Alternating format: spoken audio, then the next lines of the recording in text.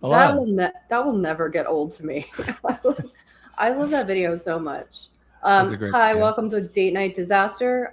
You are joining us on a morning date because there's just too much going on. I was watching a lot of streams last night, and I didn't feel like doing this. We'll get into it. Chris, where do you want to start? Do you want to do? I don't know. I don't know Uh, what I don't know anything about I this stuff. have so much. Like we're gonna be here for a while. Yeah. Where All do right, you want to start? What do you think is the most compelling thing to talk about? I'll look at my notes. I'll just start at the beginning. Okay. Charlie Adelson's appeal was denied. So that's all I Oh. have to say Oh wow. about him. So now we can crumple him up and throw him in the trash and we won't talk about him ever again. Adelsons, but that was the Adelsons were the dentist murder Yeah, where he he was was a a dentist dentist. and he had his wife murdered because No, of no, custody. no, No. no. No, his sister was Wendy Adelson, and like he and his sister, allegedly his sister, we're not sure. She's never been charged with Uh, anything. And his mother was that Donna Adelson, like grandma from hell, and they They had had the her sister's ex-husband husband. killed. Yeah, Yeah, because of custody, because he wanted to take the kids out of Florida, or she wanted to take them to Florida, or something like that. yeah. Well, anyway, I don't want to get into it, but it's been a while, so you probably didn't remember the details. Update on Nancy Guthrie. Okay. So, do you know how we talked about like the linguistics of these Yeah, notes? yeah, yeah. So, according to Reuters, all of Nancy Guthrie ransom notes are fake. Really? If it's true, nobody has any idea why she vanished, but Sheriff Harvey Levin of TMZ thinks that they're real, Yeah, at least the ones that he got. yeah. Does I my mic mean, sound okay? Because I'm getting a tapping sound. yeah. I don't hear it. Oh, okay. I'll just enjoy it. It's wireless, so that might be why. Maybe. Um, oh, you saw that couple that climbed the Empire State Building? Yeah, you were telling me about that yesterday. I didn't look at any of the headlines about it. I've seen like people talking about it back and forth on social media. I'm gonna I'm gonna play the video Okay. because like as soon as I saw this, I was like, oh my god, this is beautiful. This looks like art. Yeah, let's see it.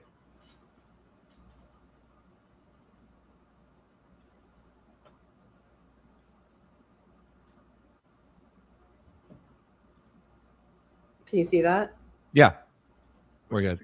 Over at the Empire State Building, get these individuals into custody and just find out what the heck they're doing and how they did it. There's a lot of questions. I mean, that's art, Well, right? Terry, it looks like the best case scenario It's pretty right now amazing. is individuals to Yeah. make their way What's on the flag? I down can't see the flag at safely all. themselves. If they continue to hang there precariously, what will I authorities was hoping have they to go do? around so you could read it. I wonder if they're doing that on So, purpose. Like the elite camera emergency person is service units not will have to come trying there, to show the flag. put on different restraints, I don't different know. climbing gear. I mean, they practice scaling buildings, all sorts of different structures. This This has something gotta that they be would have to completely do to go illegal. up there and to remove these people safely. You know, it's all about making sure that our cops don't get hurt and the individuals that climb. So anyway, this just it goes on and on. You don't have to watch it all, but I do want to show you another video of this because they got engaged. Yeah, you were telling me that yesterday. Yeah, That's it's very pretty sweet. cool. So let me bring it. It's at like the 1 minute and 20-second mark. So let me get there and then I'll pause it. Okay. That's very sweet. It's a very unique place to be able to propose and get engaged. I think this has so many commercials. I'm not even going to show it. You can go to their Insta and see it. But anyway, it's the couple that did it. They've done a lot of these kind of climbs. Yeah. They're artists. It's actually really, really cool. They're Russian. They got arrested right after. Of course. Yeah. Gotta be super there's- illegal. They have a video of them getting arrested. But it's funny how they got in. It's funny how they got in there because they just went into like the observation deck like they were tourists, like you and I've done. Yeah. And then So they took it from the observation deck up to the top of the point. They didn't go. Yeah, I guess there's a hatch. It's supposed to be locked, so somebody's getting fired, unless they pick the lock, but I doubt it. They did an interview with this lady who was like, she saw them do it, and other people were like, "Are we allowed to go up there?" And the security guard was like, "No," and they're like, "Oh, okay." Security wasn't even like aware, I guess. Listen, they do not get paid enough to be like chasing And people down. Way too many people at the Empire State Building to be like worried about two people off in the distance. Like, yeah, there's a lot of people go there. So the Electric Forest Festival, it's like a river festival. It was in Michigan. Yeah. The stuff that's coming out about what went on at this festival is crazy. So first of all, it's kid friendly. So there's kids there while ravers are like doing ecstasy and getting fucked up. Yeah. The whole time. Somebody had a baby in a porta-john and dumped it down into the porta-john. The baby was born alive. No. And the baby died because it drowned in piss and shit. Yeah. It's disgusting. Freaking, like, a monster was pregnant for that long, went to a festival, was messed up, and was like, I don't want to stop the good time because I'm having a baby, so I'm just gonna, it's freaking disgusting. I was gonna go into it, but you know what? The baby died, and I don't even want to watch the news footage about it. Yeah, it's pretty gross. There was a tweet though. Somebody saw the pregnant lady. I'm gonna bring this up. Before she had the baby in the porta potty. Yeah, they saw her go into it, or at least that's what they're claiming. Who knows? Yeah. I wonder if that person was just so intoxicated that they didn't even know what they were doing, or if like they were just trying to get rid of it. So this person, Lee Johnson, said, I saw the woman, dark clothing with neon accessories. She was headed straight toward the porta potties, not talking to anyone or looking around, clearly pregnant. I thought she just had to go so badly or something. She was completely focused, almost like she knew exactly what she was there to do. Yeah. She stopped in front of one of the porta potties for a few seconds, said some gibberish, and then slowly opened one of the doors and went in. I was like, what did she just say? Almost immediately, I heard some loud moaning and more gibberish from the porta potty. So, like, I'm hoping if people saw her go in, it won't be too hard to find her because I mean, that's terrible. Yeah. So, like, these festivals, first of all, like, there's a whole, I want to say, like, scene of crunchy, techno people that think it's okay to like go to a festival pregnant and go to festivals. Maybe it's okay to go to a festival pregnant, but yeah, I don't see a problem with that. But kid friendly, like, I don't know that any of those festivals should ever be kid friendly unless there's like literally a designated area for children that is supervised by responsible adults. Like, the whole thing sounds crazy to me. I don't think, like, I wouldn't take my kid to a festival that's like not family friendly, like a lot of people doing drugs. I wouldn't do it. I've known of Electric Forest for a long time. I don't recall it being originally billed as a family friendly event. Like the idea, well, Anthrocon's apparently family friendly too, which is a whole nother thing. Yeah, that's really weird. Good headline. I'm gonna bring it up. Okay. You'll love this. Kevin Spacey back in the news. Kevin Spacey. I saw Kevin Spacey was on. Yeah. He feels much more welcomed out of his Hollywood jail. Yeah. I mean, he'll be able to get plenty of roles as like a child molester. You think? I don't know that he can get work anywhere anymore. Alan Jackson was his attorney. Really? Yeah. It's a powerful attorney. He didn't win that one, right? Oh, he did. He didn't go to jail. I thought he did. I thought he got convicted of something. No. Oh, wow. Alan Jackson strikes again. I know, he's really good. It's kind of funny that what's that actor that was on Star Trek Discovery? Anthony Rapp. Yeah. He was inappropriate with him when he was a teenager. Yeah, I heard that.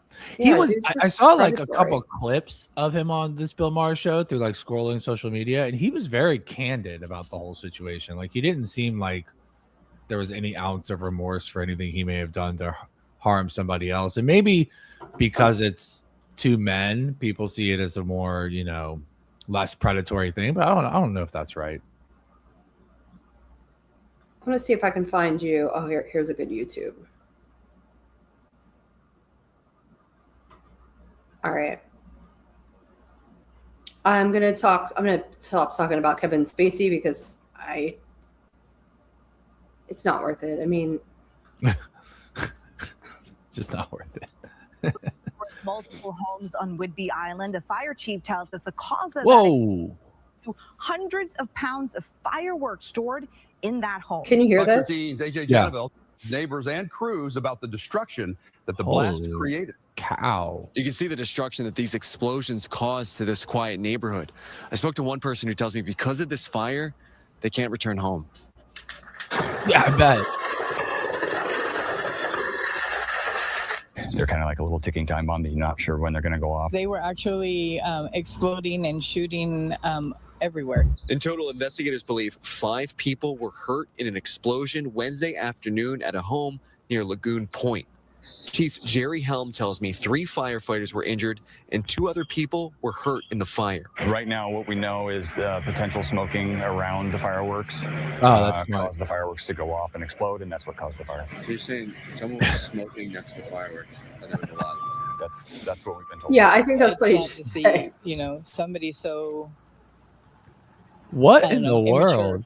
that they don't think of other people, and to see how much damage is done is really heartbreaking. How many Tanya fireworks Hernandez were tells me there? she came home to take care of her dogs and instead saw this. Our main concern was to get the dogs out of the house. Everything else is replaceable, but not my animals. She was able to save her 5 dogs and her pet bird, but now her family's future is unknown. Last night we spent the night in the truck. Yeah, with me and this 16-year-old. We stayed in the truck. Tonight we're working on where we're gonna go. Anyway, Is she from the house that exploded or the house No. that caused the explosion? no. So it damaged like a bunch of the houses around. Yeah, I So can she's imagine. just one of the neighbors. But like, who was smoking around all those fireworks, and how many fireworks were there? There's no limit on how many fireworks you can buy in the state of Washington. I have no idea. That's crazy. You ever see like people smoking at gas stations? That's what that reminds me of. Like, just a bad idea. Yeah, I see people do that all the time, but I've never seen it catch on fire. But it says, I always wondered this: if you are like, so the fireworks that they have in any city, right? Yeah. If you have to you're not allowed to transport explosives through a tunnel. Right. So like some places, how do they get them there? No idea. Like, how did they get them into the city of Pittsburgh? I have no idea. Helicopter, maybe? Yeah, no idea. It's a good question for the city. Let's call them up. All right, next one. I'm just banging through these because I've got some like heavy stuff let's to do go it. through. Let's do it. Inmates overpowered jail staff held guards hostage in North Carolina. Wow. Old-fashioned prison riot. Oh, okay. There's a commercial. Cochran Cadillac. Yeah, so it wasn't a big deal, but it's still kind of amazing that whenever I see stuff like that, they were able to do it. Not a big deal. Like, how is it not a big deal though? Like, they took. Oh, because nobody escaped or anything. They caught them all. Must have been terrifying for the people that got taken as prisoner though. Like, imagine being an average prison guard, and then that happens, and all of a sudden you're a hostage for the prisoners you've been, bossing around for months at a time. In Budford. That's North Carolina, right? Yeah. Blake Lively made a hysterical bid for $8 million in court fees, which they settled the court case for $0. I'm not sure who Blake Lively is. She's married to Ryan Reynolds. I do know who Blake Lively is. But she was just in that lawsuit with Justin Baldoni. What was it about? The movie? You said she was in a lawsuit. Oh, lawsuit. She was in a movie with him, and he was like, they were both the lead actors, and like, you know, they're in a relationship in the movie or whatever. I think it's called like This Is Us, or It Begins With Us, or something like that. But she said he sexually harassed her, and most of the staff was like, she's just fucking intolerable to deal with, to work with. She's awful. This isn't true. Oh, that sucks. Yeah. Yeah, I think she thought she could jump on the whole Me Too thing, but he's like a super feminist, so It backfired. she's just not very well liked, like in the public either. So that didn't really help her. Yeah. Nobody was really coming to her defense. Everyone's just kind of like, I'm sick of this bitch. Oh man. All right. So I gotta talk about this fucking lady. All right. Jess Machado. Okay.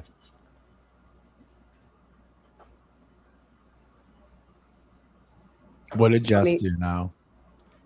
She's just, you know, she's rating award-winning music. Oh, really? She's Yeah. now? Yeah, she's making her own music. Let me see if I can find her. Okay. I look forward to seeing this. I have a timestamp in here.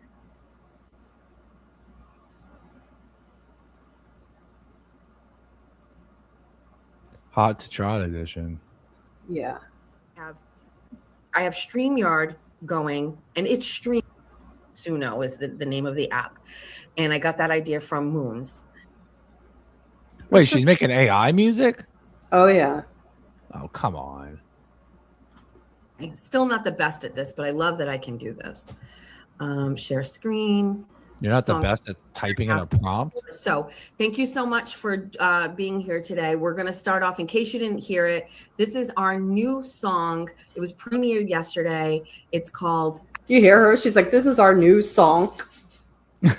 I didn't know. After the Wilbur. I hope... Wait, let me go back. Let me get it going. Hold on. Our new song. And we're going to play that song.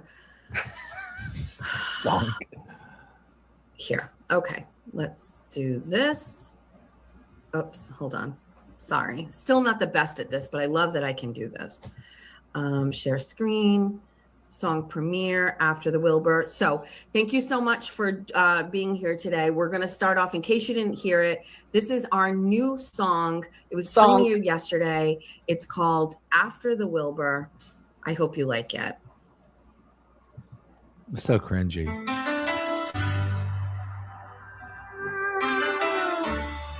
Yeah, I mean, you can tell it's just going to be a really bad song, so I'm going to stop it. I'm not going to subject you to that. This bitch, oh my God. She's so with Nick Lachey and Jessica Simpson. Do you stop talking about this particular thing? Because it's obviously getting some stuff going on. I'm going to let you. She'll just go on for hours and hours, like, talking shit on people. Like, let's see what she's saying here. Don't go out into the streets and get people coming at you. It's not worth it. You know, I appreciate that. The best way you can help is to just stay here. You know what I mean? Hang out, call, I guess watch that's every day. like That's what they do. Someone's profile pictures. It's a picture of their YouTube. This is their YouTube, and they have a stream, and she's restreaming it and talking shit on it, kind of like what we're doing to her right now. This lady's really nice. Her name's Boozy Beauty. She is in Boston. She goes to all the court cases, and she makes a lot of tweets about it. I follow her. I like her. She's nice, and she's really, I mean, I see why they call her Boozy Beauty. I mean, I don't see the booze, but I see the beauty. Maybe they don't want, and so that works too. You know what I mean? And I'm sure this lady would make fun of her appearance somehow. That's what she does. Yeah. And I also think too, like I've heard from a lot of people that were like, you know, I jumped on Jolene's stream, and I think if they're like me, you go in out of curiosity. Oh, here's a new song.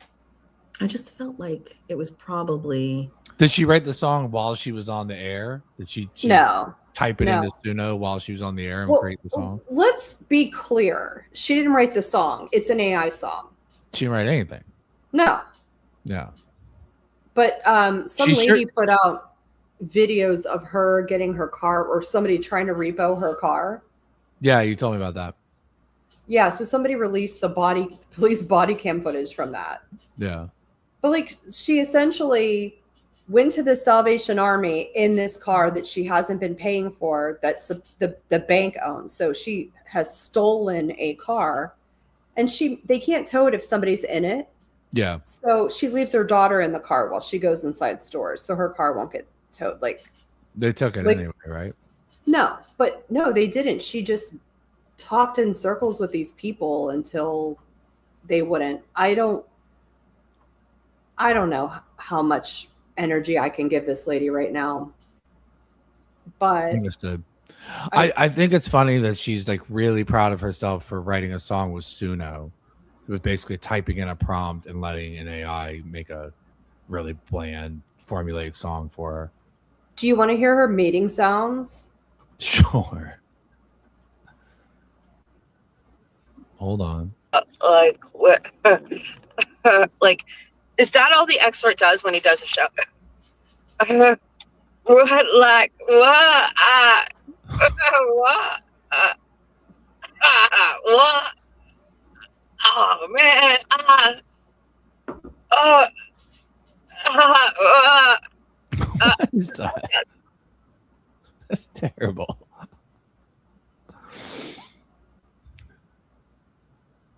I want to get a sample of that. Yeah, we can do that. Shut I can up. totally do that. If you send me the link, I'll make it happen very quickly.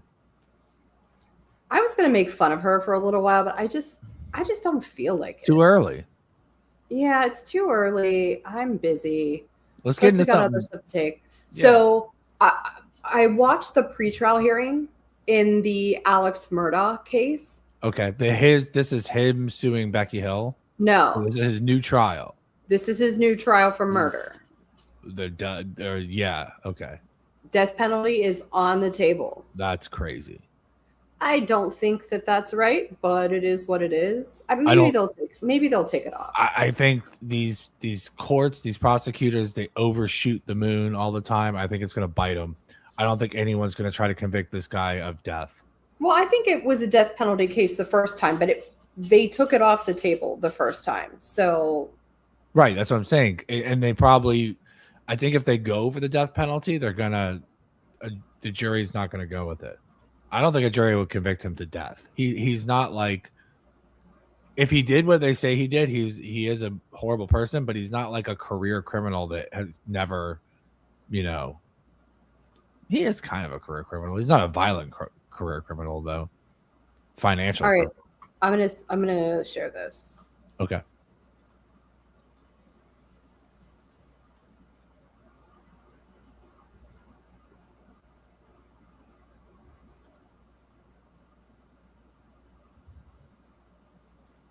Sorry, skipping ahead to where they actually talk. A lot of waiting around in Colleton County Court.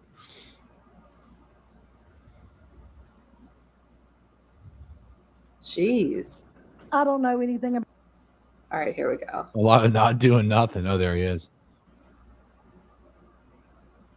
All right, judge is coming in. They made it.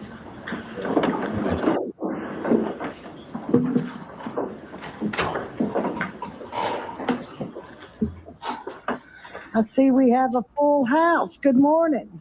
Oh, Lord. For those of you who've never been to Lexington County, welcome. I know, like everybody sounds like your mom.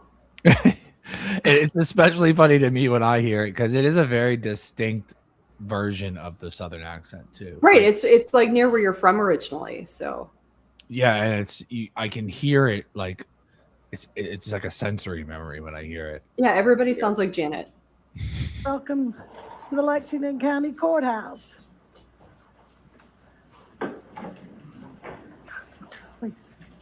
She looks tired. I'd be tired too from dealing with this bullshit. She's like, ugh. All right, we're here for a status conference. Are you? I'm going to get the clerk to call the case, please. In the matter of State of South Carolina versus Richard Alexander Murdaugh, indictment number 2022 GS 15. Better get a better clerk this time. 0512 through 595. I think Becky Hill's working in Massachusetts. Oh no. Hi, Mr. Waters, how are you? That makes sense. Good to see you. Now, let me ask you, I know some of your counsel at the table, but I don't know all of them. Can you please just let me know who the state's team is? So I have David Fernandez, Assistant Deputy Attorney General David Fernandez.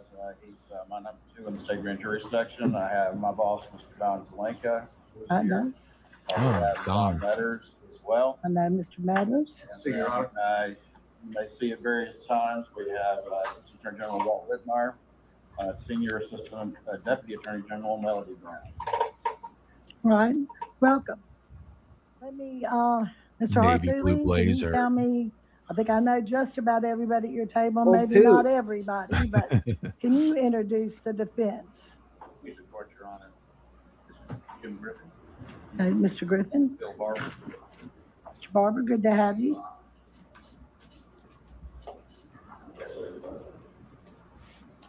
Okay. All right. I've made some notes on a status conference, and I'll let y'all talk in just a little bit. But I want to go over what I want to go over. I love how the prosecutor stood up to say something, and she's just like, I want to go over what I want to go over first. She's like, sit down. You all have a chance to talk after. This is my court. Yeah. Because I want to make sure that all the discovery in this case is complete. And I made She's not playing notes, around after that and- last case. No. Good. Let me tell y'all, I don't know anything about the first trial. So when you tell me something, please be complete when you tell me, because don't assume that I know, because I don't. I want to know about phone records. Do we have all the phone records, and are they complete? Text messages, cell phone extractions, and if there's any supplemental extractions, video recordings, whether there's ballistic firearms, are we complete in that? Fingerprints, toxicology. I think there was a blood splatter expert last time. I just want to know where we are with these discovery items. I'll let the state address that, please. Yes, ma'am, Your Honor. So we have provided, and obviously provided well in advance of the first trial, very extensive discovery. I'm not aware of anything in the items that you mentioned that have not been provided to the defense. And if anything, the defense has more than the state does, because a very heavy privilege review was done, for example, on Murdaugh's phone, and formally being an attorney and that sort of thing. So it's my understanding complete extractions were provided to them, whereas the prosecution team, the investigative team, only received the privilege review cell phone extractions as well as his phone and that sort of thing. As always, we are constantly auditing and looking at everything, but I'm not aware of any discovery from the very extensive production. Let me speed this up, do you mind? Not only Yeah, from go ahead. the murder investigations, but also from the very extensive state investigations as well. So we have provided those. Hit it with the 1.5 Obviously, time. I'm not aware of anything in the categories that you mentioned that's not provided. And not anything that needs to be reanalyzed or anything that the court would be waiting on. At this time, no. Now, as you're aware, and we, of course, sent our responses to everyone last night to those defense measures we filed late last week. Getting out to Sunday to write those.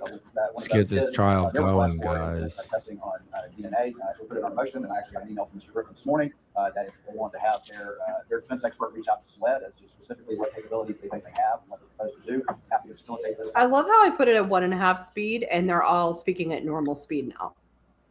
He's speaking pretty Discuss fast. those with defense, and then with Your Honor if necessary. Right now, that's kind of where we stand on that. And of course, any other issues that arise along those lines, we're very reasonable, and we're perfectly willing to discuss those with the defense. And if there's something that we can't agree on, obviously we'll raise those. Okay. All right, Mr. Harpoon or Mr. Griffin? I want to address everything. Right. I'll talk about the DNA later. So we don't know what we don't know. And I'll give you an example. Let me hand this up to Your Honor and hand copies too. He's introducing evidence now. He's like, I'm not ready. I'm ready.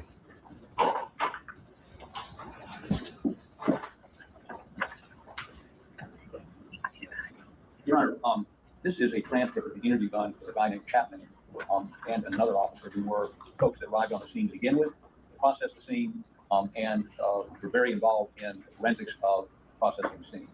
And if you go to page 6, Chapman, who's in charge of the scene, says this. This is a television interview on March 13th, 10 days after the verdict in this case. He says, in response to the question, I believe he had some help in the aftermath. Or Rutland, yes. Captain Chapman, you know the disposal of weapons, moving around a vehicle. We heard so much about Sweat and AG's office, they don't have anything. It's all circumstantial. So I pose this question to you. It was a clean crime scene, staged crime scene, clean crime scene. We expect to find more evidence or less. And that's what's kind of hard to get people to understand is we didn't find a lot. Why we didn't find a lot? Because it was clean. I mean, it was manipulated. There's evidence removed from the scene. Now, this is 10 days after the trial. This is not what Chapman testified to. And if Chapman has evidence, there were other people at the scene. That he had assistants under their theory, or there were other people there. We need to have that furnished to us. And we have other witnesses that testified at trial are saying something totally different, indicating there's evidence to believe that somebody else was at the scene, or there were other people at the scene. I mean, this guy's the chief guy in charge of the scene along with Rutland, who processed it that night. We need, and when the process is doing this, to determine if they did those statements or the reports. So we don't know what we don't know. We don't know what we don't have. We need some period of time to try to process that. And Your Honor, I say this, and no emphasis on trying to, we're not alleging that the state has hidden anything from us. We do know there were people that came to see us that said they had important information. We have no ability to investigate. We don't have subpoenas, we don't have a grand jury, we don't have search warrants. And 2 or 3 of those people we sent to SLED. Did they follow up? One had extraordinary evidence about a tie-in between Paul's murder and the murder of a young man named Stephen Smith. But we had no, I can't compel anybody to come anywhere. We sent that to SLED. Did they investigate it? When they investigated, and I must tell you, there are a lot of pieces of information out there that maybe they just stopped once they got the conviction, didn't do anything else, that is inconsistent with our desire to get a conviction, have a conviction held. I wonder if they're going to try to show that SLED is corrupt.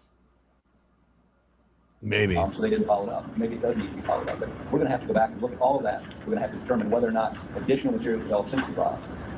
And of course, all of us were shocked by the court's conduct in the trial. I wouldn't be surprised if SLED is corrupt. But it's hard for us to go back and look at, and we haven't done a thorough check of it, all the testimony, and read it all, not in the sense of appeal, which we've done, but in the sense of, I mean, in criminal cases, we don't have depositions. We don't have them here. We have a transcript of not every, I'm sure they're going to get rid of some of these witnesses. They're horrible. So none of his financial crimes, I think, can come into this. Yeah, you were telling me that before. And it came into the first trial. Yeah. Additional witnesses. But most of the witnesses, we have their transcript. It gives him a better shot. We need to go back and read all of that. Yeah, I think he has a better shot if they go for the death penalty, too.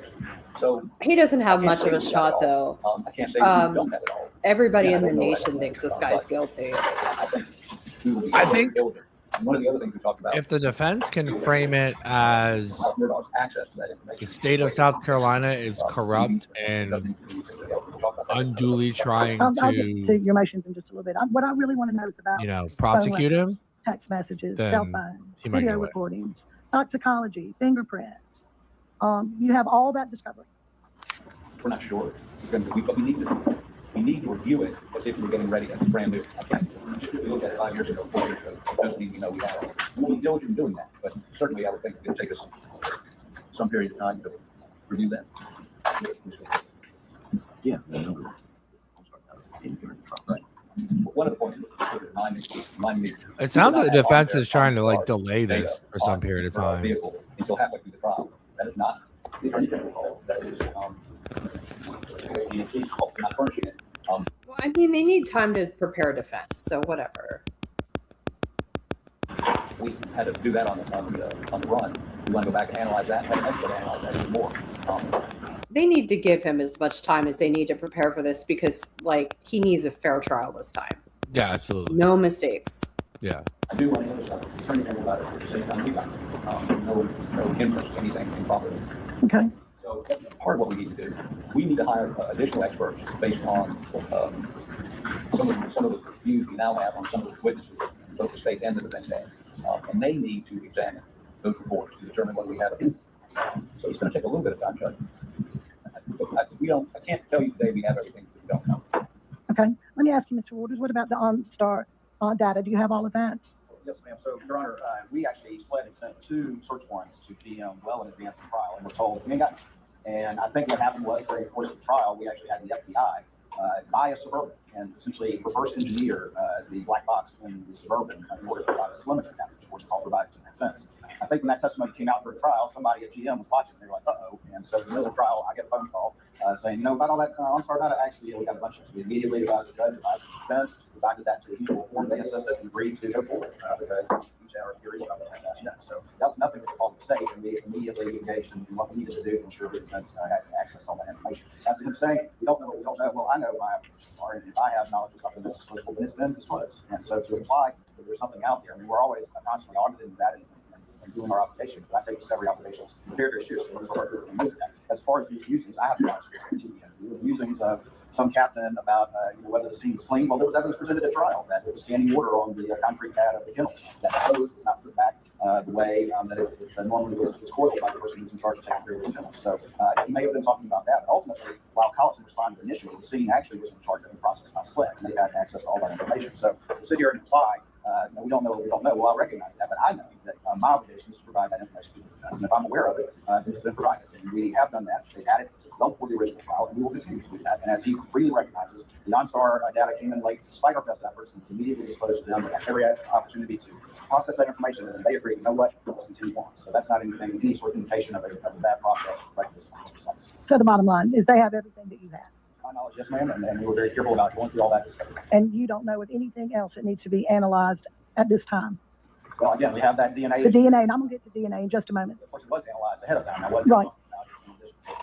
As I expressed in our motion, and Mr. Griffin has responded, I'm happy to facilitate discussions. And if there's some capability out there that's beyond the capability of SLED, and it has a reasonable chance of providing some sort of analysis, then we're happy to do that. Now, of course, as we put in our motion, ultimately, there's absolutely no evidence that Maggie Murdaugh was in a struggle with anyone, that she had any sort of defensive wounds, that she was scratched any sort of attacker. And we also know that it's very common how sensitive such DNA is. We're constantly shedding DNA and picking up DNA from others by shaking hands and doorknobs and all the rest of it. So, this is a bit of a red herring, but that doesn't mean that we are not willing to discuss with the defense anything that they want to do if reasonable. We're the first to do that. And if there's anything back to this court, we'll do that as well. Okay, thank you. Sure. We know from testimony in the first trial that the chief SLED officer involved admitted he misrepresented things to the grand jury. Since the trial, the case was dismissed, in which he testified because the judge found he was hiding evidence and misrepresenting that. That's the chief officer. No other question. But it raises questions with us, not whether this did. So the SLED investigator is. Did you hear that? Yeah, they're accusing him of withholding evidence from the first trial. Right, and he's been dismissed for withholding evidence in another case. Yeah. I'm gonna be honest with you. The first trial, I was fully like, Murdaugh's guilty. I don't care. I don't like that guy. Get rid of him. Right. This trial, I do feel kind of sorry for Murdaugh. I am kind of on that whole anti-establishment side of this now, where it's like, well, the state had their chance. They tried to play they did, well, maybe a rogue actor, but whatever. Somebody tried to play their hand too hard. He got convicted for what's unfortunately a bogus trial now. In this trial, they better bring their A game. Like, I actually feel more sympathy for him as a person who is obviously being targeted by the administration based on him being high profile, less on the actual facts and evidence of the case, but more on it being him a high profile person who had a lot of money that, people don't like. Held by the state, by the prosecution. But did he give them everything he had? Did he do what he did in the Tuckman case after the trial? We had evidence. And I think we've got to go through it and look and say, are there gaps here? Are we missing something? And for us, look, we want to try this case as quickly as possible. But what we don't want to do is not be prepared based on what we now know happened at the first trial. And we'll have a motion probably next week to expand on that a little bit. We didn't feel we wanted such a motion. Well, and I don't. I really wanted to go over and see where we were with discovery. I want to set a timeline. I want to set out some pretrial conferences, and I want to set a trial date. That's why we're here today. And I want to go over some of these motions. I think some of them are not substantive that I could go ahead and rule on those today and be done. And I will set up a pretrial. I'll give y'all some dates and hope you brought your calendars. And we'll set a pretrial. I don't know that one pretrial is going to do it for this case. We'll probably have several. And that's fine. The court's amenable to anything that y'all need. And happy to hear what you have. If you find something, Mr. Harpootlian, that you need to bring to the court's attention and you want to file a motion, I am more than happy to hear it. Okay? All right, so let me move on to my next notes. And we kind of touched on it a little bit. Experts.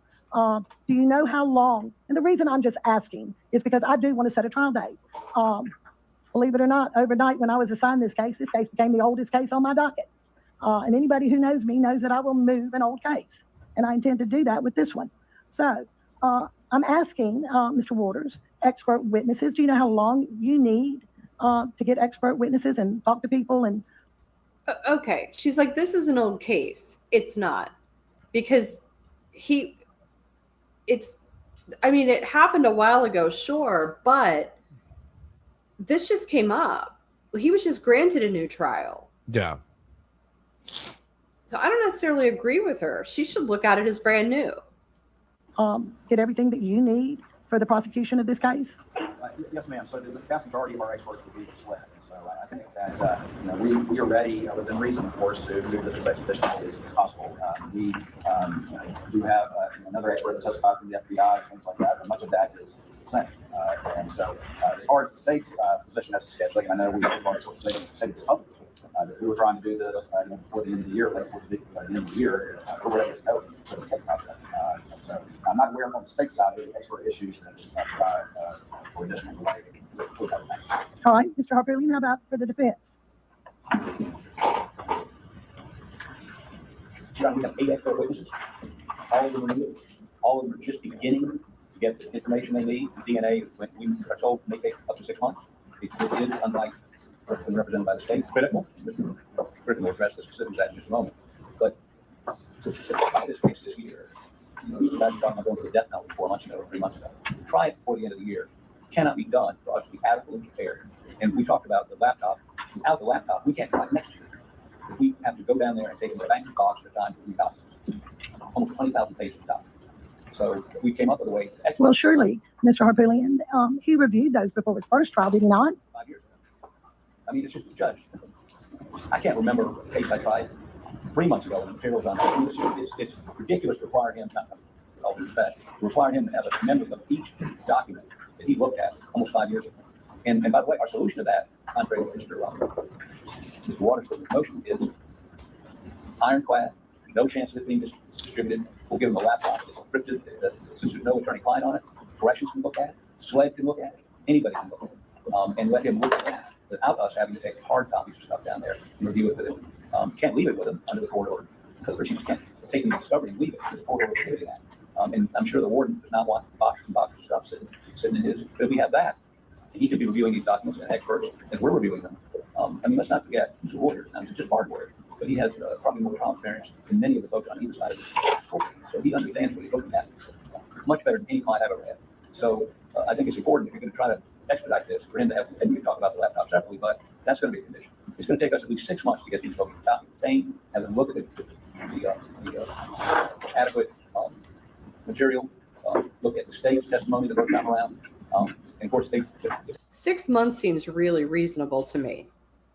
Yeah, he's saying they won't be able to start the trial till next year. But I mean, he's right. Right, because they need 6 months.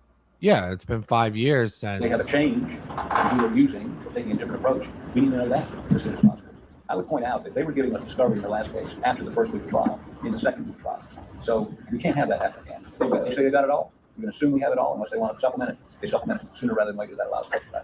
I mean, I think what we probably ought to try to do is figure out a trial date and then back up from that. What we're comfortable with is late spring, early summer next year. Okay. We can live with that. Given, if we have to go down there, one of us has to go down there 5 days a week. And we're incarcerated on now, so it's 2.5 hours. It's a half an hour to get in. So before we ever even see it, it's 3 hours. And then you only have 3 hours with them, and then it's 3 hours per time. That's why the laptop is so important. Okay. Ms. Griffin, anything you'd like to add as to experts? I have been in contact with the the DNA lab in Houston. I can talk more about that. But when I mentioned that, they were asked, how soon do you need it? And I said, well, hopefully we're looking at a spring, early summer trial date. And the answer was, well, we need to put a rush on it. And I can talk more about the lab if Your Honor wants to hear it. I mean, they are. I'll get to the DNA in just a minute. And then we'll go forward on that. You don't want to talk about DNA yet. I love how measured and in control she is of this. Yeah. And they're respecting that. She laid down the law as soon as they all walked in, and well, she wants a trial now, it sounds like. Yeah. All right. Let me talk about this computer at the Department of Corrections. I did receive your response, Mr. Waters, yesterday at 5. Did you get the opportunity to look at that, Mr. Harpelian? I mean, basically, I just made myself some notes. You were concerned about the state grand jury material and talked about a protective order and some other issues. I agree about there are some sensitive issues. The state grand jury material is protected and should be protected. And then you mentioned an order that Judge Newman had. I kind of think, Mr. Waters, that when this case was reversed, that order goes out the window and we might need a new order for this case. It's my understanding that the order stated that the grand jury material is secret. And I mean, that's pretty straightforward. And I know that you would like to prohibit the digital dissemination of the state grand jury material, that there's no photocopying, scanning. I breezed through this. You don't want any digital copies. And all of this, while it doesn't prohibit the defendant from reviewing the case materials, you want the attorneys to make sure that they keep in their possession the state grand jury material. Is there any objection to that, Mr. Harpelian? Well, Your Honor, the issue of that is what is the state grand jury material? I think, if we can designate what that is, it's beyond grand jury testimony, which is there's very little of that in the discovery. I think they've gotten things through grand jury subpoenas that have been produced, underlying records and whatnot. And so, is that really sensitive grand jury material? And some of us introducing evidence at the trial, I'm sure of that. But so no question about grand jury testimony. We have no issues with that. But it's just hard to say what exactly are grand jury materials when a lot of subpoenaed documents and information have been produced. And Your Honor, the issue is dissemination. I mean, he has a right to read. Oh, absolutely. I said that. It does not prohibit him from reading it. Dissemination. I mean, we're just basically talking about a big Kindle. You can read on it. You can't send email. It's not connected digitally or cell or Wi-Fi to anybody. It can be. I want to say this: the Department of Corrections is extraordinarily professional in dealing with us, giving us access to that. But no complaints with them whatsoever. What we like is we like that laptop with the warden and corrections have total access to it. It can be inspected by SLED to make sure it can't transmit the image, a message, and be used in any way. There is no Wi-Fi at this particular institution, so it has to be by self-service. And these are not difficult technical issues. And if they're concerned about grand jury testimony, we have to take that out. That's very difficult for them, what we want them to look at. And we can certainly do that separately with hard copies, so we have to go out there and do that. Well, let me tell you. Well, Mr. Waters, let me hear from you first. Yes, ma'am. So we really, as far as the protective order, we really have two things. There was the state grand jury investigation, and ultimately there was the standard protective order for that. He's pled guilty to all those offenses. There's nothing about that. But necessarily, as that state grand jury investigation was going, things came up that were ultimately relevant to murder. So it's much bigger than they say. I don't have numbers from Your Honor, but it's at least 20 witnesses, multiple subpoenas, and so all this was in that. And it's, as well as Judge Newman issued a second, my recollection, protective order as it related to just sort of the murder evidence as well. So they're two separate things, but they all blend together. So all of this evidence is sensitive. On top of that, the murder evidence is in fact very, very sensitive. And frankly, we've been trying to best to protect it from improper dissemination because it's worth a lot of money. Now, one thing SCDC is adamantly opposed to, is having an inmate have a laptop. They are absolutely 100% opposed to that. And I have to remind you that this is an individual who already had his tablet that was taken away from misuse of that. This is an individual who was caught receiving contraband that was passed from a family member who was and so this is not a guy who is, and this is also a guy who's been convicted of over a decade of fraud. Now, they say that these things can be. Did you catch that? No. So they just said that they don't want him to have a laptop because this is an individual that was seen. He had his tablet taken away for misuse. This is an individual that was punished for receiving contraband. So they don't want him to have a laptop in the jail with all of his case files and everything. Yeah, it's a dumb argument though, because like the guy said, they're looking for him to have like a read-only Kindle type thing so he can read the documents. That's like air gapped and doesn't have connection to the internet. It's like, what's he going to do with it? mean, you give these guys in prison a tablet, they're going to try to look at porn. Yeah, but if it's air gapped, you can't do that. It has no internet. Right. Lockdown and I would say the letter, I understand the issue here. As a state grand jury made a point to partner with SCDC to fight the problem of fraud and corruption emanating from their look. He's over this guy's bullshit. Alan really Murdaugh is. is like, fuck him. He knows, too. The fact remains is he's an inmate. And SCDC adamantly opposed to there being some laptop he has access to. And for this idea that SLED is going to be able to review, attorney communications and work product on that, I don't understand how that's going to happen. Now, SCDC is happy to accommodate the defense.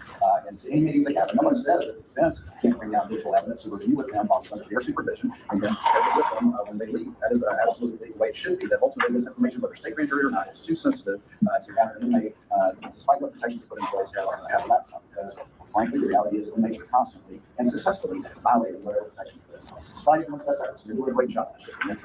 Okay. Sure. I have a serious email, and I don't see the department corrected here today. I had your email chain with Ward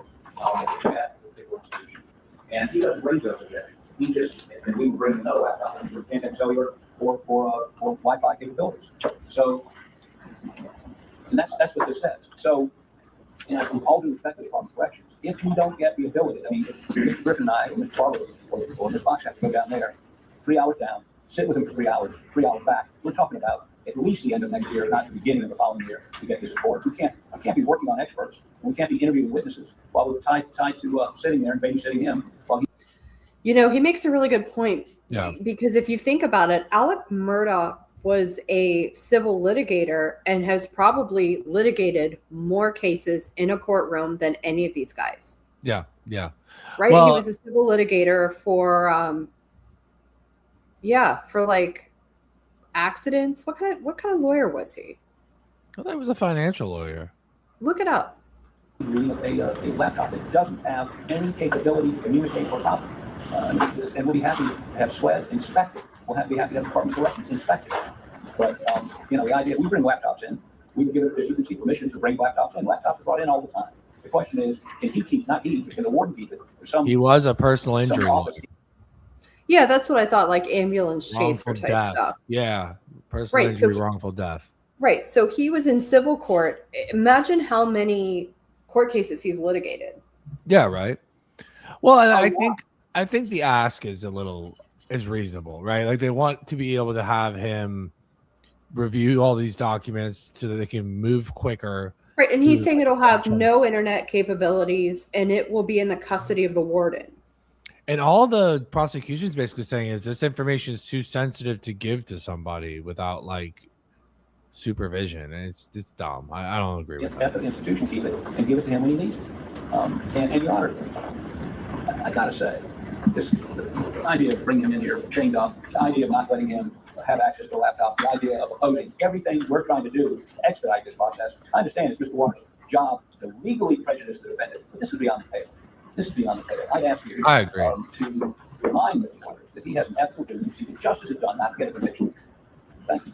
Mr. Harper, I don't. And that, Okay, we're not going to go there. But and I have no intent to prejudice. Prejudice suggests a decision on the improper. and the court take it that way, Mr. Waters. All right, let me tell both of you. I took a risk of calling the warden. He's and mad. talking to him about He's a dick. The laptop situation. I think he's doing what the guy said he's doing. He's trying to practice law. I remember terabytes of discovery that I had to carry to my clients to go see. And I know that it can be cumbersome. And I Not letting him have access. Because I too used to practice law. I remember terabytes of discovery that I had to carry to my clients to go see. And I know that it can be cumbersome. And I would imagine the discovery in this case is a lot.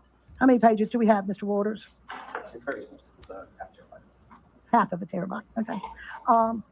I talked to the warden. He will not allow a laptop. And for safety reasons. He said he would, quote, make available a conference room. She's doing homework. Yeah. Good for her. Counsel may bring their computer. They could have a law clerk come, or the attorneys could come themselves. They could look at it. He could review his discovery. They could bring their own laptop. However, somebody must be with him. His concern was having a laptop in his cell. No other inmate has a laptop in their cell. They do have access to an iPad that has Westlaw on it. Now, I just have to be honest with you. I didn't even think about asking him if you could download any discovery on that iPad. I don't know if that's available, but I certainly will call and check and see if that's acceptable to him. If that's the case, I'm going to have Mr. Waters draw me up a proposed order on the state grand jury material. I haven't looked at Judge Newman's yet, but I will. Please run that proposed order by Mr. Harpelian and Mr. Griffin. I will check on the downloading on an iPad, but I'm not going to allow him to have a laptop computer in his cell. It's for safety reasons. That's out of. Okay, don't let him have it in his cell, but provide somewhere else that he can do this. Well, they were saying that he could do it with them in a conference room somewhere. Fine. Why can't he do it in a library?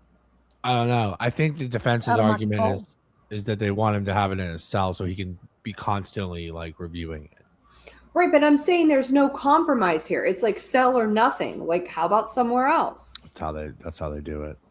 I think it's not only for the safety of the others at the institution, but probably, Mr. Murdaugh, for your own safety. Okay. We're not proposing he have it in his cell. We're proposing that the warden have it and give it to him to go to a conference room with us, look at it there. Does that make a difference? Well, I'll ask him. But when I read your email here, this seems like he could go to his cell. He could keep it in his cell. I know good and well that the warden is not going to allow that. I talked to him personally. Okay. We'll follow up on that in our next pretrial. Or if I can, I'll probably let you know before. Move him to a different jail. He needs to be able to defend himself. Yeah, I don't disagree with that. I think they're both they're both pushing for the extreme of what they want to hopefully end up in the middle somewhere. And it's for security reasons. And the answer is no. I'm not going to allow it. Do you understand, Mr. Harpelian? Mr. Waters? He'd let a paralegal go. All he wants is the name of the person, and you're more than happy. And he said he's not going to limit you to 3 hours. They can stay 8 hours if they want. He will make a conference room available. I bet he'll hire a paralegal that's local to Columbia. Yeah. Because Poot, I think, lives in Budford or whatever it's called. Where's Alec Murdaugh from? Beaumont? No, Buford. That's what it's called. I call it Budford. Sorry. Yeah, he's from Beaumont. So that's 3 hours to Columbia. Yeah, it's a ways. It's not close. Yeah, but I bet they can hire a paralegal local. Yeah, there's someone in Columbia. So he could see the This will be their only job. It does not have to be a lawyer. Okay, that. I spoke with the director at the council this morning, and they expressed the same thing. We're here to facilitate defense doing that. Right. I want him to have all this discovery. He's entitled to all of it. It's safety concerns. It's. If you can have a law clerk or a paralegal go down, then you're satisfied. Mr. Harpelian, that'll help you out. Automatically, we're not limited to 3 hours. It makes that 2.5 hour trip down, 2.5 hour back worthwhile. Okay. Well, then Yeah, I he will, says 2.5 hours that there and back. Send y'all an email tomorrow on that. That's okay. All right, perfect. Thank you, Your Honor. All right. Now, let me go through. I had a motion filed for the defense, and I just want to put this on the record. Well, just think about like when we would drive from Charleston to Savannah. Yeah. Beaumont would be about 45 minutes to an hour south of Charleston. Yeah. And then if we're driving up north, you have to go west first. Or you're going to see your sister, that's in Columbia from Charleston, that's an hour. So yeah, it's going to be like almost 2 hours. Yeah, it's more like an hour and a half for Charleston to Columbia, and then like 2.5 hours from Beaufort to Columbia. The defense wanted the defendant to be unshackled in the courtroom. I received a response from the state. They objected. Then I had a response from Mr. Harpelian. Why are they insisting on him being shackled, though? I mean, he's obviously not. I don't think that he's a danger. He's going to try to kill anyone. Perception. Right. If And he's shackled to the jury, and the jury is supposed to be kind of agnostic to the trial, they assume they're more likely to assume he's a dangerous they person. need to put one of those things, those belts on him underneath his clothes, let him wear a suit, Let him look like a civilian. where he withdrew that motion. That still stands, Mr. Harpilian? Yes, Your Honor, although we may renew the motion, the reason for this is potential jurors are watching this right now. It's going to be, wherever this goes, it's going to be difficult to get a jury. And the extent that parading him around in a jumpsuit shackled like an animal impacts their view, it's going to make it more difficult for us to get a jury. Now, again, Mr. Clark's argument is specious. He's not dangerous. He doesn't even convict of stealing money. Now, Judge Newman let him come to the courtroom in street clothes and unshackled. I know Mr. Waters feels compelled to get every advantage he can, but this is our ability to get a jury. So I would ask that he be allowed to come in the courtroom unshackled in, I would call it street clothes. Now, So are you renewing your motion now? Just want to make sure. what I want you to see today is this. I mean, chained around the waist, chained to the hands, chained on the feet. I mean, this guy is not a serial killer. He's not, Ted Bundy. I agree with that.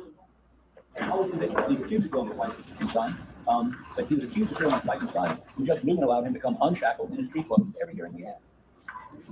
All right, I did read your response, but I'll be happy to hear anything and I'll take it under advisement. Well, again, they withdraw the motion, and now they. Now they. This goes back to, it's not the state's fault, he's an inmate serving a 27-year sentence, okay? This is, again, SCDC's policy for a non-jury court, for him to be dressed out in the restraints. He not only faces 27 years, but an additional 40 years in federal court, and he's also indicted for a double murder. So this is a basic security consideration. Again, the intent is not to prejudice anyone. The intent is the security of every time someone is transported out of court. It is a security risk. And the first two goals in any escape attempt is to keep no one restrained and insulated clerk. So I'm here to represent what is basic policy and procedure for inmates serving long colonial sentences with SCDC. I completely understand that we have a jury, the calculations are different, and that is going to be a different thing to do. The remedy for all of that ultimately is our process. It's going to be jury selection. It's going to be instruction from the court, which the jurors are going to follow, which I know our systems can. Okay, thank you. All right, I'll take it under advisement. I'll issue an order on that. Let me move on to the DNA. Again, I just received the state's response yesterday at 5 p.m. I read it, and I'm going to save it for the next pre-trial because this is what I want to know. I'd like to know how long, Mr. Griffin, it's going to take to analyze exactly what it is you're asking for. And I believe it's genetic. Yes, Your Honor. And the state's response says, give us somebody to talk to at the lab. Okay. So and that was conveyed to them this morning. The CEO of Othram's name, email, and telephone number. They have received the VP of Law Enforcement Division at Othram, his cell phone number, and the client intake person that we use now that I've been interfacing with. And they will be better able to answer specifically how long it will take. We've agreed to pay for it. And just background information. I'm going to let you pay for it. Yeah. These murders happened in 2021. We're in 2026. 2021, there's no such thing as artificial intelligence. In 2021, this genetic genealogy was just on the ground floor. In 2026, we are light years ahead. And so what we're asking for didn't really exist in 2021. It does exist today, and Othram is the leading lab that performs this analysis. They did last year, in 2024, the statistics are that they cleared 200 cold cases on behalf of law enforcement around the United States and the country. They work with law enforcement every day. The most high-profile case they did was at the University of Idaho, the Moscow, Idaho murders that took place about the first week of our trial. College kids were massacred in a house at the University of Idaho. They had a DNA sample they ran through CODIS. Came up nothing. There was nothing. The state of Idaho Police Department, like SLED, had a contract with Othram. They sent the test to Othram. Othram does this genetic genealogy DNA analysis, and it comes back to a family member who had done a DNA test, ancestry test, of the person who committed these murders, Brian Kohlberger. That's how they solved the Moscow murder cases, was through Othram lab. The difference between, and they say that. Look at this lady. Why does she look like she's shocked? Look, that facial expression doesn't go away. Have enough samples to get through. Is she like one of those dolls that, those? She's an android, maybe. I mean, she looks like one. CODIS, and I talked to the lab. She doesn't blink. She just makes jerky movements. She's a robot. And that's not an issue. CODIS uses analysis. She was just rebooting. It's called STR. This analysis is SNP, and they call it SNP. She does look very concerned, like a scared cat. SNPs has 500,000 data points that they analyze. Now, it takes a while to do that. And so, we're going to have to see what the lab says. They've asked me to get information from SLED as to You know, they like to see the electropharogram or mixture proportions so they can have a better handle on it. And I've asked Mr. Waters to give us a name so that these experts can interface. But what they're doing in Houston, Texas, they don't do in South Carolina at the SLED lab. There are handfuls of labs around the country, and they are they're certified. They work with law enforcement. I don't know that they work specifically with SLED. They're familiar with SLED when I spoke with them, but they have a whole division. So you need an expert's name or whoever has this sample to see if there's a viable sample that you can send. Correct. And they can work with the extract that SLED used when they did their SDR analysis. They can work with that out there. They told me. But Mr. Waters, can you give him a name so he can move forward? That's what I put in my motion, Your Honor, is please give us a name, and I'm happy to have SLED reach out and talk to them about what their supposed capabilities and proposals are and any procedures. And then once they privy that information, I'm happy to discuss those with the defense. If for whatever reason we can't agree, we'll come back to that's precisely what I put in my motion. Let's talk let the experts talk so that my experts can hear what it is that they propose to do. I'm happy to say. And I gave him 3 names and contact information this morning, and I've asked a name that I can send back to my folks. I do want to address this red herring argument. The DNA that we're talking about, Your Honor, came from Maggie Murdaugh's left fingernails. That was tested by SLED with this STR analysis. The DNA sample number 70 that we're asking to be tested, it positively was not Alec Murdaugh's. Any of the other folks who they took buccal swabs from went through a long list, not them, except for one potential. And that potential, the ultimate result was it's 11 times more an unknown male, so they know it's a male, than it was this person. That's how they do things in their DNA analysis. And Mr. Waters said, well, there's no evidence of struggle, but there was a shell casing under Maggie Murdaugh's body from the gun that killed her. I mean, that shell casing and that gun had to be in very close proximity. Maggie Murdaugh's cell phone was missing from the crime scene. Was DNA transferred at that point in time? And so we don't think it's a red herring. We think it's very important. Now, it may turn out to be, innocuous. We don't know, but it's worth looking into. Okay, I haven't said no. This is what I do want you to do, though, Mr. Griffin. I want to know how long it's going to take to analyze what it is that you're asking for. And even if I expedite it, I'd like to know how long it's going to take. And I'd also like to know if there's even a viable sample that they can get. And we will discuss this at our next pretrial. Anything, Mr. Waters, you're going to give them the name of the person at SLED that he can get in contact with. Let's see if there's a viable sample. And the lab has told me if there's not a viable sample, we'll tell you that. But right. They work with a lot less than okay. Well, let's start with that.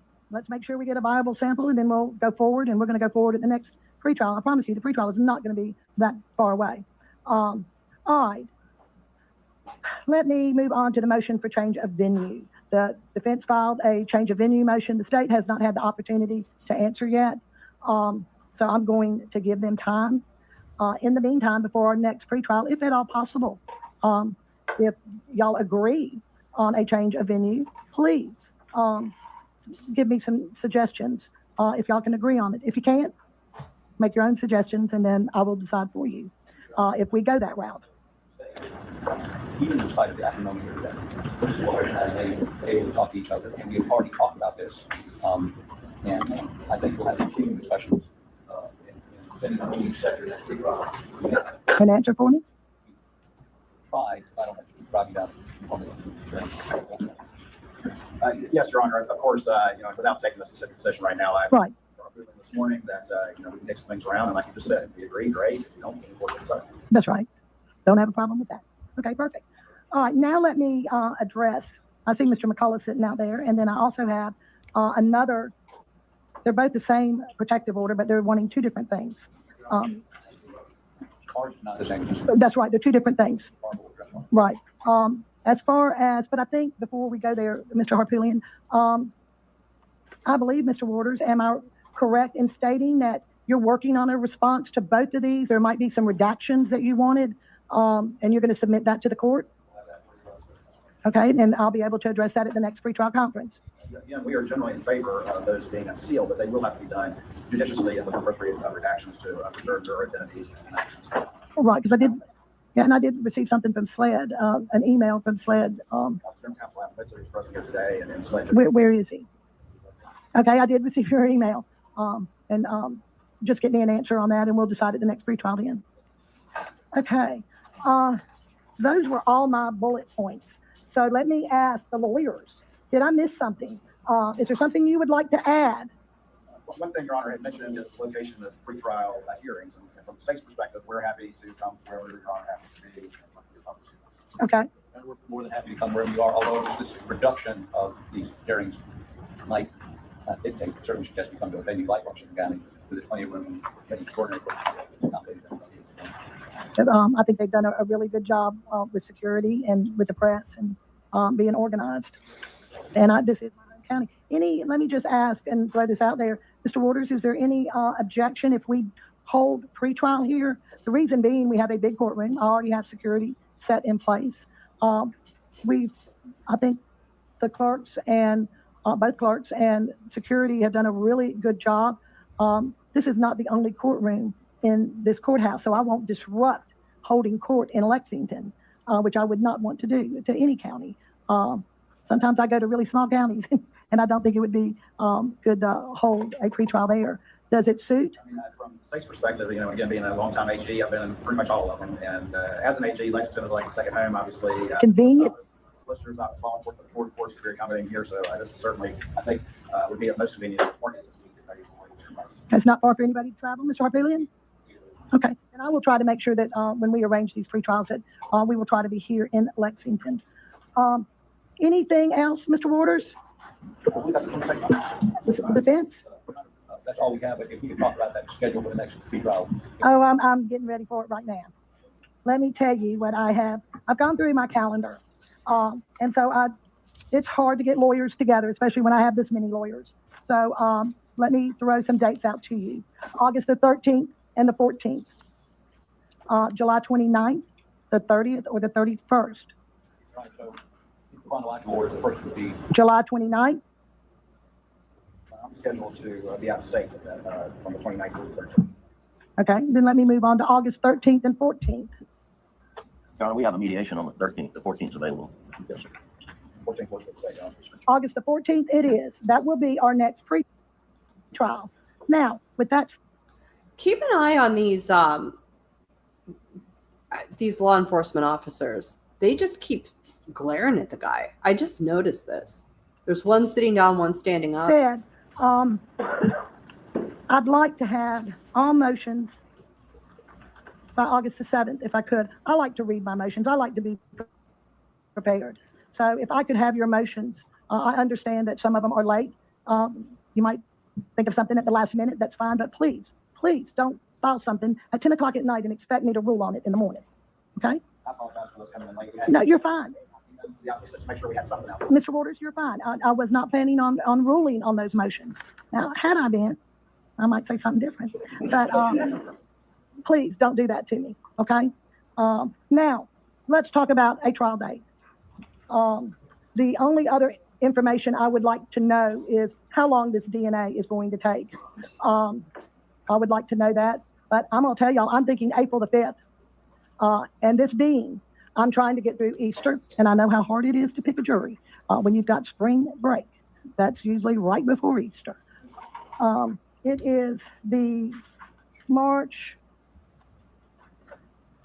is it the 28th? I think it's just the week. It's March 28th. So I'm thinking April 5th.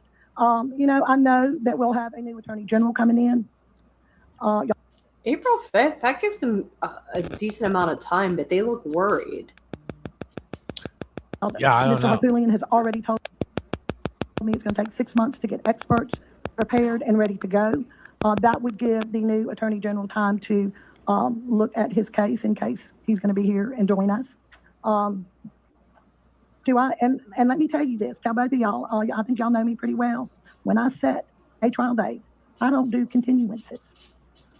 I don't do it. That'll be a really good reason. So how does April the 5th sound, Mr. Waters? Mr. Harpelian? Will be made with some contingencies if the DNA takes longer, for instance, or I will have that information by next pre-trial. If I need to extend it out a couple of weeks, I will, if that's the case. Please do not think that this case is going to be tried a year later, because it's not. We're going forward. more than happy with that. Murdaugh, more than happy with that. I just, again, DNA, everything, like, because the science in all these areas is much better than it was 5 years ago. I understand. Technology changes overnight. overnight. I understand. Mr. Griffin, anything you'd like to add? Yes, Your Honor. The Supreme Court reversed this case on misconduct by clerk of court, but the Supreme Court also addressed financial crimes evidence, and depending on how much of that or any of that comes in, will determine the length of the trial in many respects. Judge Newman last time would not rule pretrial on that issue, and it is going to be an issue that we're going to have to brief and argue with Your Honor as to, we don't think any of the financial crime evidence should come in at trial, and so I'm just flagging that it would be helpful to us, I believe, and to know if we're going to have to defend against that during the trial, or are they going to be able to put it up? And so I'm just asking maybe some earlier date where we can have, Your Honor, address those issues. We will. I'm just going to tell you, I like to address all pretrial matters beforehand, because when I say April the 5th, we're picking a jury and going forward. All those issues should be decided by then. She's not playing around. Well, No, I like her. To the prior trial, being hard cards on the table is exactly why we thought that was in this court. Thank you. Anything further before we adjourn, Mr. Waters and Mr. Harpootlian? All right, perfect. Have a good evening. Okay. Mr. Harpootlian. You like Dickie Poot? I like his name. I feel more sympathy for Murdaugh this time around than I did last time. I think he's got a chance based on just if they go for the death penalty and the jury is at all sympathetic to him, I think they might let him go off death penalty. But they're going to charge him with like 16 different things, right? So they get at least one of them.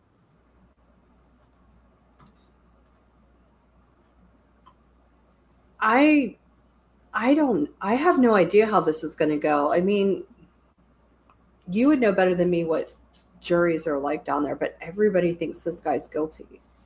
Yeah, but now everybody thinks this guy's getting a raw deal from the government, and it looks bad because they don't need to. So it just looks like they're abusing it. I'm going to move on to the Karen Reed and Turtle Boy universe, if that's okay with you. Yeah, whatever you want to do. All right. Do you want a palate cleanser before we do that? Do you have one? Yeah. Let's see it. You ready? Yeah.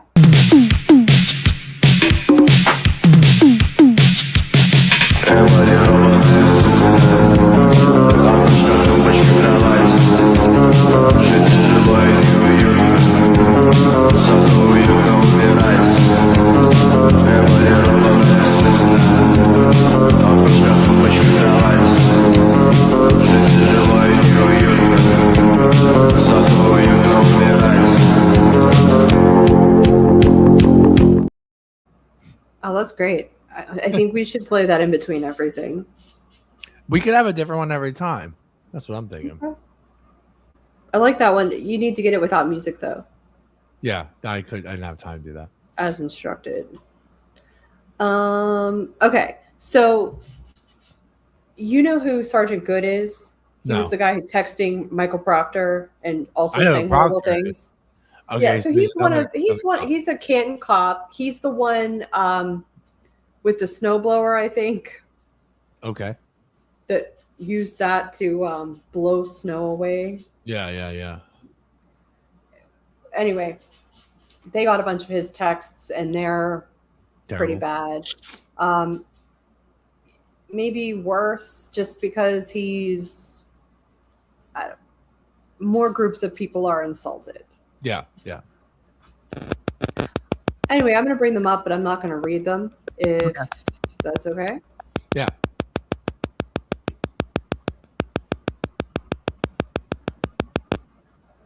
Yeah, so they say he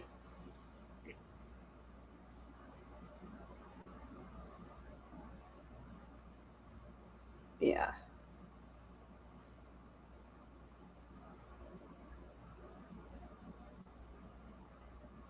These are the racist ones. Oh, that's fun. Yeah, these are He's racist against Asians, like pretty bad. Oh, yeah? Yeah, these are his racist. Anti-Semitic. That's always good. Sergeant Good. Homophobic. There's nothing good about this guy. Yeah, that tracks. offensive to those with physical and mental disabilities. Oh, he's beating up on the disabled as well. That's always nice. It's a lot of text. Yeah, sexist, misogynistic, gender bias. And a lot of this is just him saying this word. I can't see it. SLUT. Oh, yeah, it's a good quick female insult from a man. And then they have him sending text messages privately that contain sensitive police information. That's the cherry on top for all of these. Yeah, they let him retire before he could be fired. Yeah. Big shock, right? Big shocker. You know, law enforcement or the government do something wrong or inappropriate, they just get to not work anymore. So the stuff with Proctor that's going on right now, I'm just going to break it down for you really quick. Okay. He was scheduled to be deposed on a Monday. Yeah. The Friday before, at like the end of the day, his attorney filed a motion saying that he couldn't come for an indefinite amount of time. Yeah. And the judge was like, I need more information from you. Send it. And we're going to have a meeting first thing Monday morning, the day the deposition is scheduled. Yeah. I guess they sent more information, but it was leaked. Turtle Boy had a live that I think it was Friday or Saturday. Okay. It might have been his bus stop live. I'm not sure. Where he said that he is a source that works with Elizabeth Proctor, his wife, and she's saying that he's at a mental health facility in Florida. Okay. So this is before the hearing. Yeah. And I kind of assumed that he was in a mental health facility anyway. That's what you would assume. If the entire world sees like all these horrible things about you, that has to be embarrassing. Yeah, yeah, for sure. So Monday came and the judge said that there wasn't sufficient evidence. He gave him more time. He had another hearing at the end of the day. And he was like, he has to be here first thing tomorrow to be deposed. And then Karen Reed's lawyers were like, yeah, we're not ready for that. So fast forward to earlier this week, he had his deposition. He showed up for it, but it was reported that he had to like delay it. He had to go outside and be consoled by his attorneys. I don't think they got very much out of him. I think he was like having a mental breakdown or something. I'm sure he's dying of embarrassment now that everybody's seen the ugliness of him. Yeah. But earlier this week, I think it was on like Monday, maybe it was Friday. I think it was Friday of last week. The judge said that he had it on good authority that sensitive information regarding something with Michael Proctor that was impounded was leaked. And he needed every single attorney that's assigned to this case, and it's like 30 of them, in person in his chambers on Wednesday. That's yesterday, right? Yeah, yeah. They all show up. Alan Jackson had to fly in from California. The two attorneys working with Alex Jackson, they got to do it by Zoom. One attorney was excused, but I'm gonna play that hearing. Okay. Oh, I just clicked on the wrong thing. Way to go, Aaron.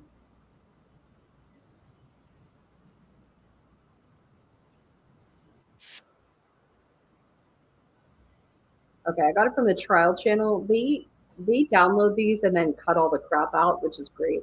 Yeah. Let me show that.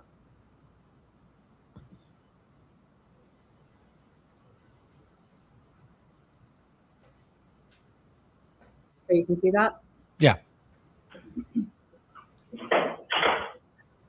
This court now looks fun. May I proceed? Yes. For the record, civil action 2483 CV 0692. This is Paul O'Keefe, individually and as personal representative of the estate of John Joseph O'Keefe III, et al. versus CNC Hospitality LLC, doing business as CF McCarthy's et al. Your Honor, with your permission, at this time, I'll call the names of the attorneys in attendance and ask that they state that they are present for the purposes of the record. Thank you. Attorney Brillahante. Present, Your Honor. Attorney Horwitz. Present. Attorney Fell. Present. Attorney Buck. Present. Attorney Diller. Attorney Beaton has been excused, Your Honor. Attorney Holstag. Attorney Rose. Attorney St. George. Present, Your Honor. Attorney Donovan. Present, Your Honor. Attorney Daly. Present, Your Honor. Attorney McCaffrey. Present, Your Honor. Attorney Hassett. Present, Your Honor. Attorney Maravellis. Present, Your Honor. Attorney Shipley has been excused. Attorney Tang. Present, Your Honor. Attorney Bell. Present. Your Honor, Attorneys Little and Mason are appearing by Zoom. Yes, Your Honor. Present. Present, Your Honor. Jackson's getting some free publicity as well. Attorney Jackson. A lot of people got really offended that he said that, and I think Alan Jackson did too. But what they didn't see was the Zoom screen that the judge is looking at. And if you look, it says Worksman Jackson and Quinn really big on the wall behind the attorneys. So I think that's why he made that comment. He wasn't deliberately trying to be rude to him. It's still rude. Present. Attorney Seligson. Present. And Attorney Rosenberg. Present, Your Honor. You can sit down. Thank you. So thank you, counsel, for being here. I scheduled today to be in person because of the significance of what I was advised of last Friday, and because I find the quiet solemnity of the courtroom is a good reminder of the dignity by which courts are supposed to function. One commenter describes how every high-profile case now unfolds in two arenas, one governed by procedure and precedent, and the other by pixels, edits, and algorithms, and how the courtroom has become content and the law has become a spectacle. Okay. How do you feel about him saying that? I mean, I don't think that the external factors that he's referring to have an influence in the actual courtroom in like an ideal sense. So I don't really know what the point is. Yeah, I don't either. This guy's so boomery to me. And like, you know, the public has a right to know what's going on in these trials because we're paying for them. We pay his salary. Yeah. Yeah. We pay the prosecutor's salary. Like, what are you talking about? You need to have transparency, especially in a state as corrupt as Massachusetts. Right. I recently held a hearing on a non-party motion for a protective order. I required the moving party to provide certain information. Such material was filed together with a motion to impound. A hearing that included the motion to impound was held on Monday morning. I allowed the motion to impound during the hearing. The affidavits of the moving party and the attorneys were impounded. Following that morning hearing, I found that there was insufficient information to support a delay in the deposition of the non-party from going forward. However, I further found that given the claims made in the filings, I would delay making a final decision on the motion until later that day to give the non-party's counsel the opportunity to supplement the record before me. I scheduled the matter for further hearing that afternoon at 4:15 with the expectation that there would be additional filings. At 2:22 p.m. that day, the non-party's attorney emailed the clerk of this court and all counsel of record, excepting one, additional materials in support of the motion for a protective order. The filing included a motion to impound additional materials. Exactly 30 minutes after we emailed to counsel of record of the additional material, which included sensitive and private medical information. Similar information to what was in the exhibits to the filing and marked provisionally impounded was posted to an X account at 2:52 p.m. Okay. So you heard that, right? Yeah. Yeah. All right. So let me see if I can find it. Yep.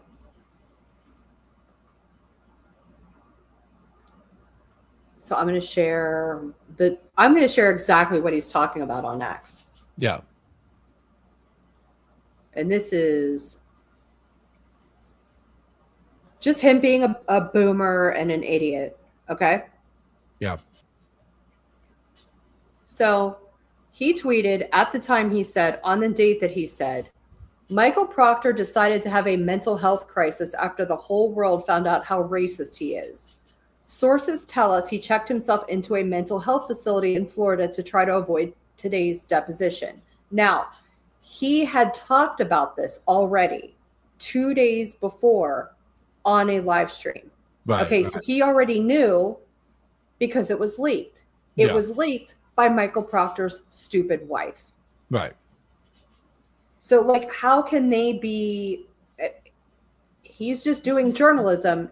Turtle Boy's doing what he's supposed to do. This judge is a freaking idiot. Yeah, I don't disagree with that. Like, he just doesn't get it. No. So he thinks that somebody was in cahoots with Turtle Boy and gave him this information? Is Yeah, that he what thinks arguing? one of Karen Reed's attorneys leaked it to him. This impounded stuff. When the fact of the matter is, his source knows Elizabeth Proctor. And she told him this. This was before anything was impounded. This was before any of the documents were filed. And we all were speculating he doesn't want to show up because he's going to say he's having a mental health crisis. Right. Upon learning this information, I ordered that the parties and counsel provide a certification to the court as to all facts known to them as to any dissemination to anyone other than parties and counsel in this matter. Of any of the content. I also want to point out that he said that it was sent to him. Sent to him by who? Michael Proctor's attorney? Probably. That's some sabotagey stuff. A lot of the time, these judges will have their clerks like alert them to stuff like this. Yeah. And that's why I made that joke early that Becky Hill was working in Massachusetts. Yeah. Because this is so ridiculous. Of the material impounded on June 8th, 2026, and I scheduled this appearance for today. I received certifications from all party and counsel, 32 of them in total. No one apparently has disseminated, nor are they aware of any facts regarding the dissemination of the contents of impounded material to any person or entity, other than the parties and counsel in this matter.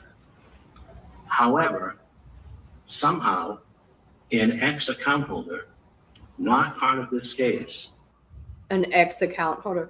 He won't even have, like, he should have sent them all a message saying, explain this. Yeah. He called them all into court to waste their time to basically And money. chastise them. Yeah. It was expensive for Alan Jackson to get there. And Karen Reed has to pay for that. How is that fair to the defendant? How is that a fair? It's not. Yeah, he's being a real. This is real Boomer. boomery. He's like, well, I'm gonna call you all Apparently into court. received information that was at least provisionally impounded. Orders of the court have been violated either directly or at the very least in spirit. If these orders are to have any effect, all parties involved must operate with integrity. Rule 13C of the Uniform Rules of Impoundment Procedure imposes a duty on all persons to protect the confidentiality of impounded material. Additionally, Rule 3.6 of the Rules of Professional Conduct prohibits lawyers from making extrajudicial statements that they know or reasonably should know will be disseminated by means of public communication and will have a substantial likelihood of materially prejudicing an adjudicative proceeding. He already had this prepared. Like, he had a prepared statement. He just wanted to give them all a dressing down. And Yeah. I mean, we may as well put an egg on this guy's face. Maybe we'll do that later and make a little fun video out of him. Yeah. In cases like this, where all parties involved are aware of the public attention, I expect that everyone is taking every precaution to preserve confidential information, to follow the rules of the court, and to adhere to my orders. Because of the disclosure of sensitive private information, I temporarily stayed further discovery of the non-party. If necessary, I am fully prepared to make such order permanent as permitted by Rules 26 and 30. To any issue council may raise as to the management of discovery issues being within my discretion, I invite you to look at the following cases. In the 2003 case of Buster v. George W. Moore, Inc., I wonder if they can bring up any cases of a judge being a boomer and completely wrong and ask him to familiarize himself with those. Yeah, right. 438 Mass 635. The SJC stated at page 653, in general, discovery matters are committed to the sound discretion of the trial judge. In a 2002 appeals court case, Mattoon versus the City of Pittsfield, 56 Mass Ave Court 124, the court stated at page 131, trial judges have broad discretion to make discovery and evidentiary rulings conducive to the conduct of a fair and orderly trial. In the 1987 case of Solomon A. versus B. Gruhl, 399 Mass 790, the SJC stated at page 799, the conduct and scope of discovery is within the sound discretion of the judge. In Cronin versus Strayer, 392 Mass 525, a 1984 case. This is incredibly prejudicial because he's basically accusing Karen Reed's attorneys. You know, the other people are just there to make it seem fair, but that's what he's doing. Yeah. The SJC stated at pages 535 to 536, we remind judges that the scope and timing of discovery is within their discretion, and the prevention of discovery abuse is sufficient justification for the authorization of protective orders. With this authority at hand, judges should not hesitate to exercise appropriate control over the discovery process. And finally, in the 1987 case of Campagna versus the Board of Directors of the Massachusetts Housing Finance Agency, 399 Mass 492, the SJC stated at page 503 that Rule 37 affords a judge broad discretion to impose whatever sanctions are just in order to ensure that the discovery process operates efficiently. The malicious publication of private information concerns me. Whatever opinion that one may have of a non-party, even if warranted, such an opinion does not allow for the disparate treatment of such individuals. By the public, we can say whatever we want. All people deserve fair and equal treatment in our system of justice, regardless of any personal characteristic, as abhorrent as some of them may be. What I am looking for is for the parties is adequate assurances that their discovery served justice and not any desire to weaponize the rules for pettiness and profit. If the parties and lawyers would enter into an agreement to hold private. For profit, that's ridiculous. I will say, I see some pettiness, and it's by this judge. Yeah. Personal information in confidence. And if the terms were acceptable to me, I would consider entering it as an order of the court so that any violation would be grounds for a contempt finding and appropriate sanction, including dismissal or default. Such an order would need to be more than a stipulation that deposition testimony can only be used for the purposes of this case. I encourage the attorneys to confer and to seek to reach an agreement. In the absence of an agreement, I will consider whether to enter an order based on my plenary authority to control, manage, and oversee the conduct of discovery. While you are conferring and seeking to reach an agreement, I will again remind you, as I have quite often, that the discovery clock is ticking. My final request to counsel with an appearance in this matter is to familiarize yourself with Rule 3.6 of the Rules of Professional Conduct relative. I mean, maybe he should familiarize himself with those because clearly to publicity. The rule sets forth a basic general prohibition against a lawyer's making statements that the lawyer knows or should know will have a substantial likelihood on materially prejudicing an adjudicative proceeding. The rule applies to lawyers who are or have been involved in the investigation or litigation of a case and their associates. As the comment to the rule notes, it is difficult to strike a balance between protecting the right to a fair trial and safeguarding the right of free expression.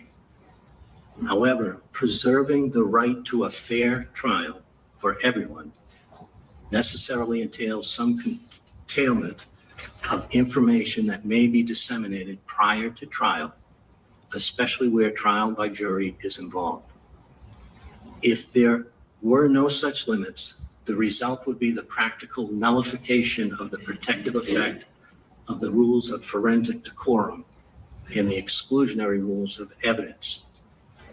The rule takes into consideration that the public has a legitimate interest in the conduct of judicial proceedings, particularly in matters of general public concern.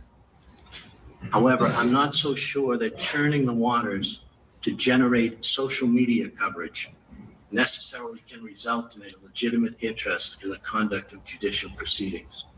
I mean, who's doing things to get social media coverage? He's really convinced himself that he's uncovered some underlying conspiracy that he now gets to like call out in his courtroom, when in reality it's just an underground journalist.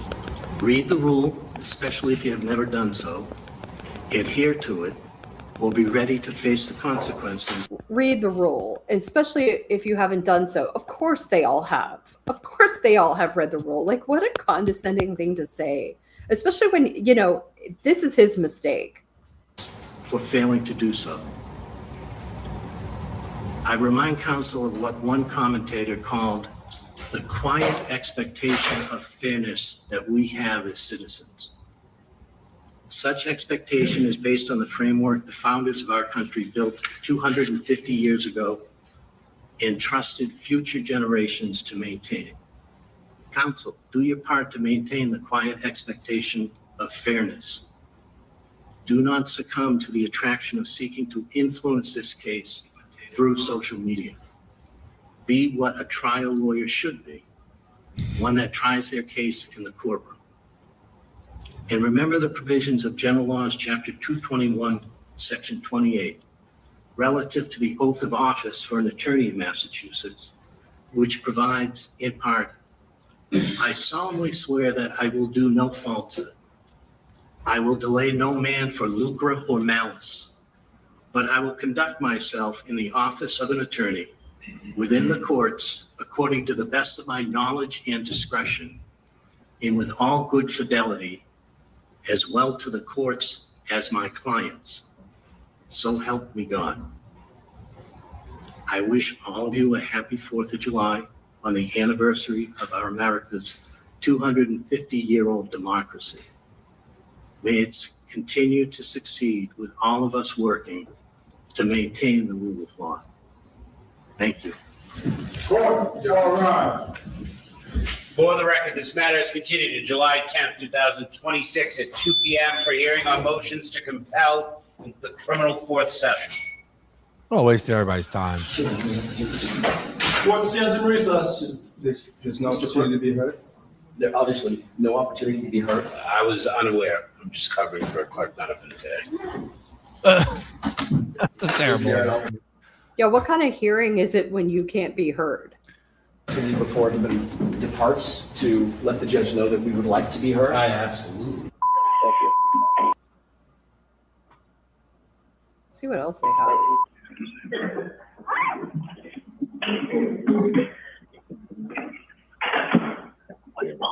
They're showing the empty chair.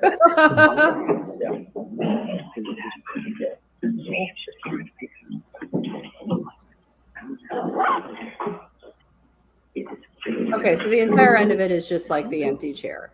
Yeah. Yeah, I mean, that guy wasted everybody's time just to be Just to make himself feel like he's the boss and he's in charge. Yeah, I know Grant Smith Ellis did an interview. Let me see if I can see it.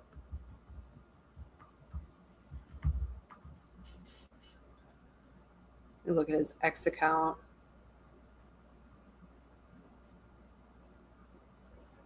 He posts so much, so it might take me a minute. He's like covering the war, and he's covering the war a lot. I have no idea who this person is. Oh, that's a whole other story. He used to be a bad guy, and now he's a good guy. All right.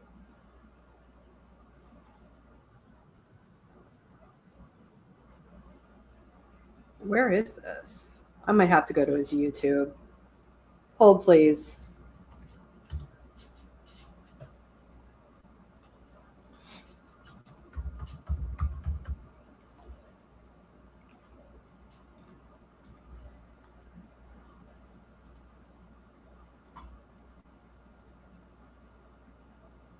Oh my gosh, he just goes live all the time. Videos. I don't even see it now. Anyway, basically, Grant was outside. So were some other reporters, and they wanted to get a comment from AJ, and he was just like, I can't say anything. Nice try, but it sounds like I shouldn't say anything. Yeah. Absolutely ridiculous. Yeah, I agree. So I'm not going to go over the rules of professional conduct that he gave because, I mean, who cares? Honestly. It doesn't matter. Yeah.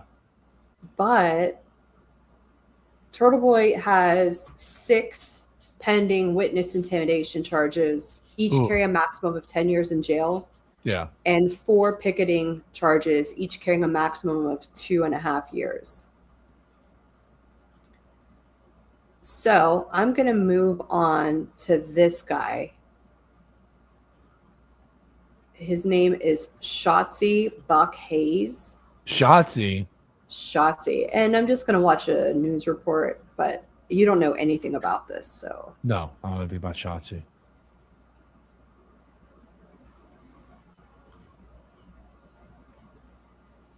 Today against a man who set a city councilman on fire on purpose. Shotzi Buck Hayes will serve 40 years after the judge suspended much of that sentence. Hayes pled guilty after he set Danville City Councilman Lee Vogler on fire in July of last year. Chris Peterson was in court for the sentencing and joins us with reaction. In a case that has drawn national attention, the judge went well above sentencing guidelines, telling Shotzi Buck Hayes that the terror of his actions is unfathomable. What hurts the most is knowing that our family will never return to the lives that we had before. Shotzi Buck Hayes looked calmly at witnesses, even shaking his head at times, as one by one Lee Vogler's family shared how the events of July 30th, 2025 changed their lives forever. The defendant's actions lasted for only minutes. The consequences will carry with us for the rest of our lives.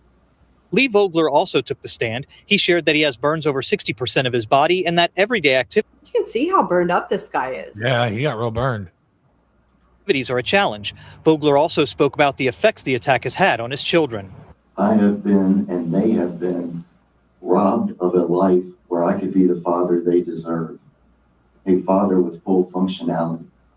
Buck Hayes took his own defense, saying he was doing everything to save his marriage after he caught his wife having an affair with Vogler. He also apologized to the Vogler family. What I did was devastating. And I mean, from the bottom of my heart that if there was something I could be trying to do, I would. After court, Buck Hayes' attorneys reacted to the sentence. It was definitely a shock. It was a shock to Shotzi, his family, everybody involved. But even with it being a shock, we're not diminishing the fact that it's a bad case, no matter how you look at it. Vogler said he's relieved this is all over and shared how he's trying to move on. I wake up each day. I feel like God gave me a second chance at life. And so I wake up each day trying to be the best I can be, the best father I can be, the best city councilman I can be, best baseball coach, all those things. After the hearing, Buck Hayes' attorneys said they plan on appealing the sentence. In Danville, Virginia, I'm Chris Peterson, WXII 12 News. So they really framed this as though he like had a beef with the city and set a city councilman on fire, but this guy was cheating with his I wife. know. It's more like love triangle, anger husband murder, or angry husband sets cheating man on fire. It should be the headline.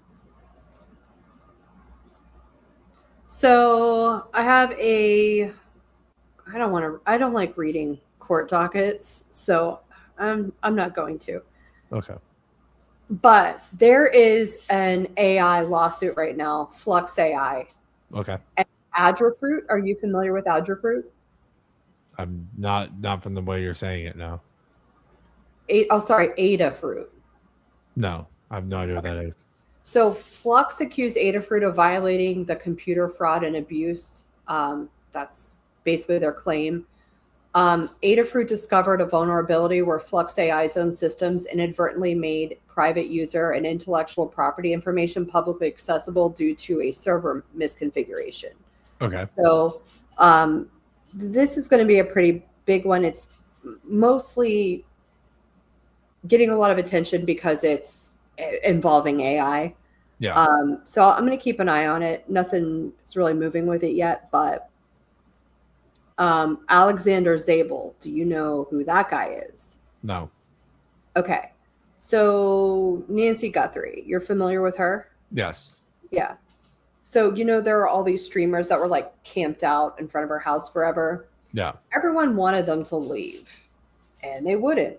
They're like, we have a right to be here. So we're going to stay. It's public, all that stuff. And all the news organizations have left. So I guess when some of these news organizations left, like Brian Enton or any of them, they had tents with them that they were sitting under, to keep cool because it's really hot. And like they left them there. I think they gave them to the streamers. Nice of them, sure. But I guess some of them were either on or abutting a neighbor's property, and she didn't want the streamers there. She didn't mind like some of these, journalists that she had met that were more mainstream, but these ones not so much. So I guess he was using one of them as a pee tent. Yeah.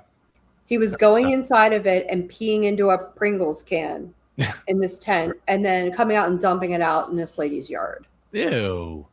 That's grosser. Yeah, it's really gross, right? Yeah.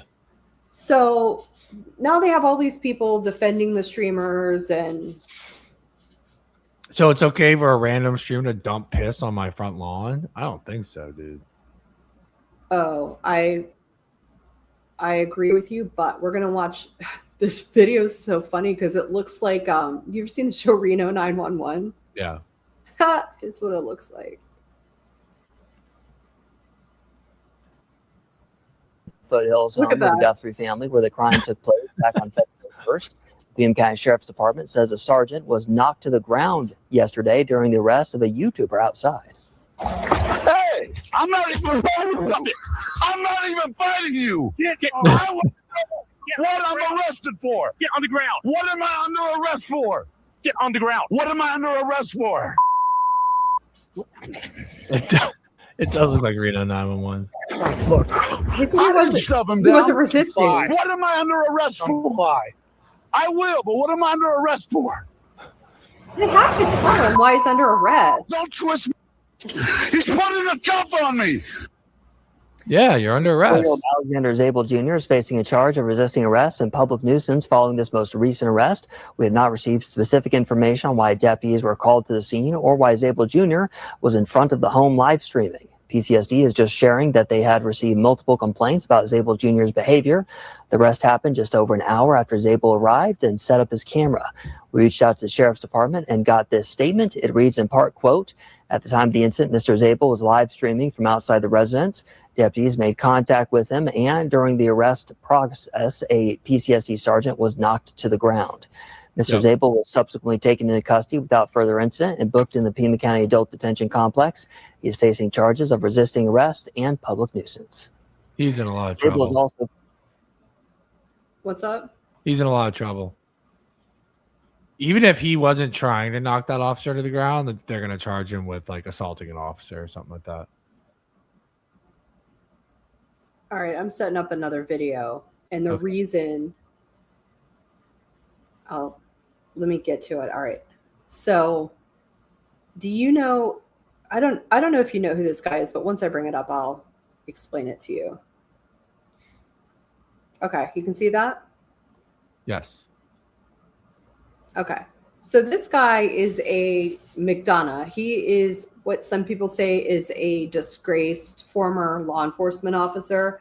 I don't know the details of that or if he is disgraced, but just watch this. Some misunderstanding. Maybe I wasn't clear enough about what I was talking about. Folks getting arrested out in front of Nancy Guthrie's house real fast. Look, when people break the law, they break the law. Just simple as that. Again, my personality is like Switzerland. If you've paid your debt to society, then guess what? You've paid your debt to society. Time to move on. I can't tell you how many times I have been on the street and I have had conversations with, ex-felons, et cetera, et cetera, et cetera. And they call that common sense and they call it respect. I can't tell you how many times I have been in altercations where, let's say somebody is disrespecting me when I was on the street, and an ex-con or a convict would lean over and go, "Hey, stop it," to the other individual. Okay, so far I like what he's saying. You pay your debt to society, give him another chance. So I'm the type of person that says, let's just try to do the right thing from not only a law enforcement perspective, but from an observation and treating people correctly. So, as you know, I put a little video out about when I saw what had happened to the streamers, and, people were arrested and et cetera. Okay. I'm not going to go into those details. They can talk for themselves, but I have nothing against those individuals. My personal opinion. I've met some of them. We're not all going to dinner and hanging out, but we have mutual respect for each other. What's wrong with that? Nothing. Just like if I sat in the room with these two guys, you think I'm going to disrespect them? Yeah. No. I want to hear their life story about how they got to a place, why they did what they did and do what they do. And it's the same place in these circumstances. But more importantly, I was so worried about what Nanos did and how he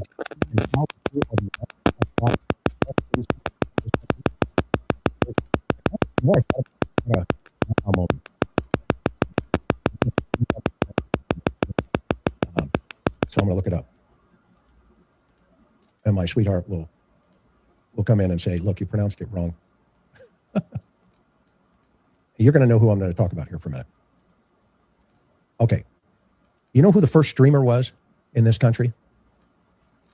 This is my personal opinion. Zapruder. Oh, come on, Boomer. Guys, remember the Zapruder film? Ugh. During the assassination of John F. Kennedy? What does this have to do with John F. Kennedy? Oh my God, shut up. He was the guy on the knoll that took the video. Abraham Zapruder. He was the guy in Dallas on the knoll who took the film of President Kennedy being assassinated. I said to Karen, I said, you realize that guy was kind of like one of the very first streamers in citizen journalism in this country, that the world TV was just coming in 1963 and everybody was like, Okay, I don't have a problem with citizen journalism at all. Oh, holy crap, we've got video of President Kennedy being assassinated. Well, guess what? He wasn't with a mainstream media outlet. He was a citizen with a camera. And that citizen was a dressmaker at the time. That film, over time, was sold by Zapruder. First for, I think it was like $100,000. I mean, Karen, you can keep me honest in the chat. I mean, at 1.5 speed. This guy talks insanely slow. Here, and then ultimately the National Archives got hold of it and gave him $19 million or $16 million for that film. All right. Well, guess what protected him? What protected him to do that and to sell that film and for it to end up in the National Archives was the First Amendment. So let's apply this principle to Nancy Guthrie's case. When you have ABC, NBC, CBS, CNN, Fox News, you just name them, all of the corporate conglomerates coming down and camping out on the front lawn, the street of Nancy Guthrie's neighborhood. And guess what? You have a new age of citizen journalists like Zapruder hanging out with their own cameras. Well, when the mainstream media packs up and goes away, does not change the First Amendment. So far, I'm agreeing with him. And so my defense of what was going on there is about the rule of law. It's about the rule of law. And how does this apply? Well, just because you pick up the phone and say, hey, everybody is gone, i.e. the mainstream media, therefore we want everybody else gone, okay, then that doesn't change the First Amendment. And what that did is put these officers in a very precarious circumstance, because you had an administration of a sheriff's department who decided they trump the First Amendment. What? And they started giving order. I don't think that that's what they thought. They're like, we trump the First Amendment. They're like, somebody's pissing into a Pringles can. Yeah. And they have their wiener out in public behind a pee They're tent. dumping the pee into this person's yard. Right. I mean, Don't- it's not a First Amendment issue because they're not on public property. They're on a private citizen's lawn. I mean, this is where this guy loses me. Like, yeah, I agree with you. Except when the guy takes out his wiener and starts going to the bathroom into a Pringles can and then dumping it out. Yeah. For officer deputies to go down and start writing citations and making arrest. So People who take their dicks out, like, get arrested. Right?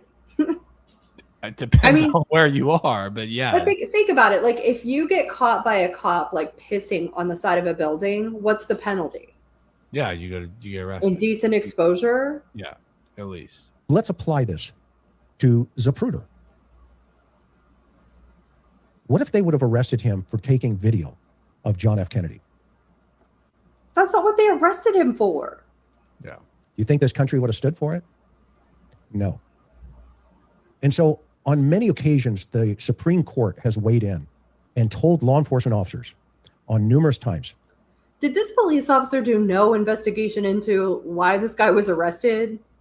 I don't know who this guy is, and I don't think he knows what happened. I think he just saw an opportunity. No, he's pandering to these streamers because they're friends. He's a streamer too. His YouTube channel has like almost 1 million subscribers or something. It's insane. Yeah. He's got one of the top YouTube channels. These guys, I mean, JLR gets a ton of views. This guy was riding along with JLR. So I see why he's defending them, right? But he has an expertise. Defending them for the wrong thing.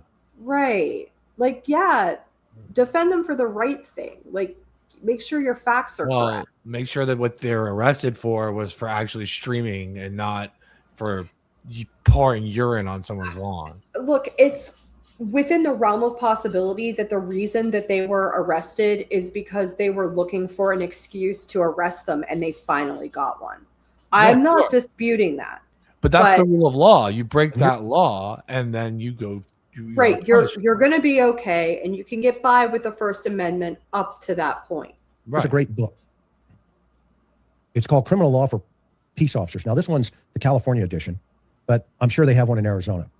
And it talks about laws of arrest. When you can walk up to somebody and talk to somebody, what is search and seizure, what is stop and frisk, Terry versus Ohio, when an officer can frisk, when they can't frisk, Graham versus Connor, which is a case law I'm going to go over here for everybody to understand very clearly. Very clearly. If you were in a public place And you pee in a Pringles and can. you are not breaking any laws, and just being keeps there leaving that out. is not a nuisance, meaning you just can't use nuisance as a law. Every law enforcement officer should know this across the board. You just can't go up to somebody and say, hey, you're not doing anything wrong. And by the way, this is on video, and why I took the position and am taking this position today. Okay, so he does have a point. They will not tell this guy why he's being arrested. Yeah. I even pointed it out when I was watching it. Yeah. Again, you cannot walk up to a citizen of this country as a law enforcement officer and say, I know you're not doing anything wrong. However, I have orders. And then You also can't turn an easy up into something called a pee tent. That's what they were calling it, their pee tent, because they had nowhere to pee. They had made it so that there was no parking. So they couldn't even get to their cars easily. And, peeing into a Pringles can and dumping it out. I'm going to keep adding that so the facts are right. take somebody into custody and or write them tickets or whatever occurs. You can't do that. And there's case law for that. And one of those cases is a case called Graham versus Connor. It is a Supreme Court decision.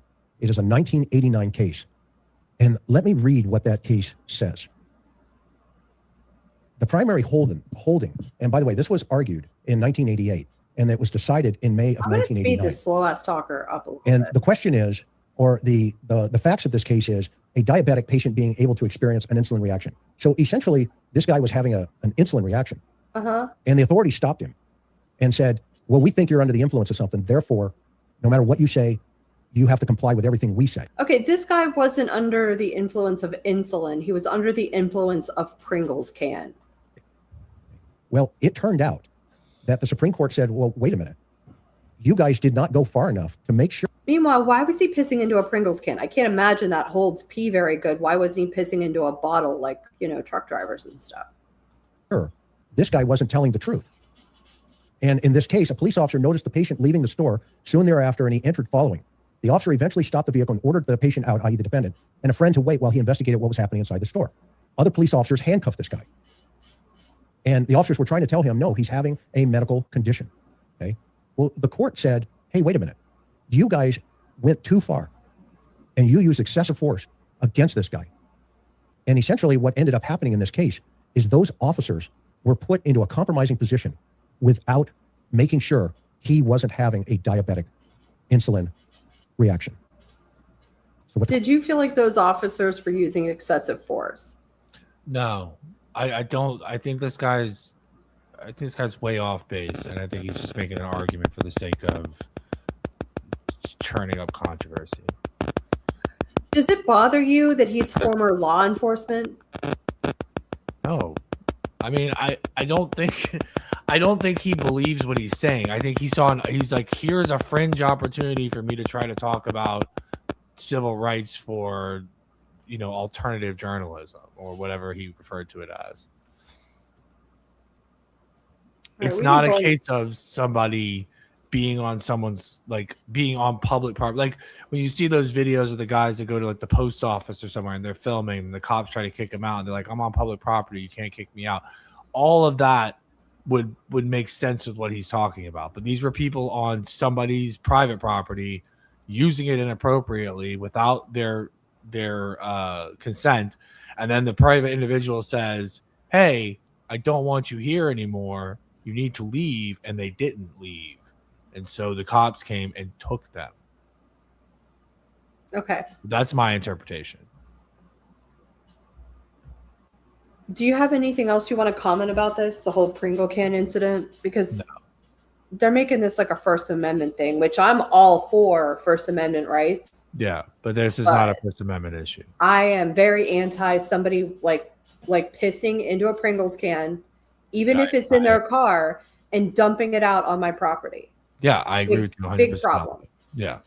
And if somebody was whipping their dick out in the car in front of my house on the public street to piss in something, I'd probably call the police.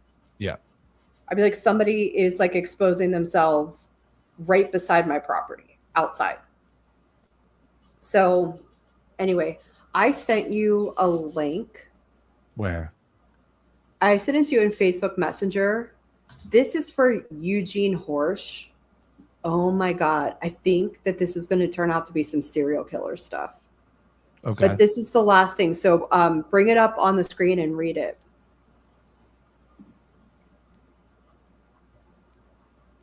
Hold on, I'm trying to get it.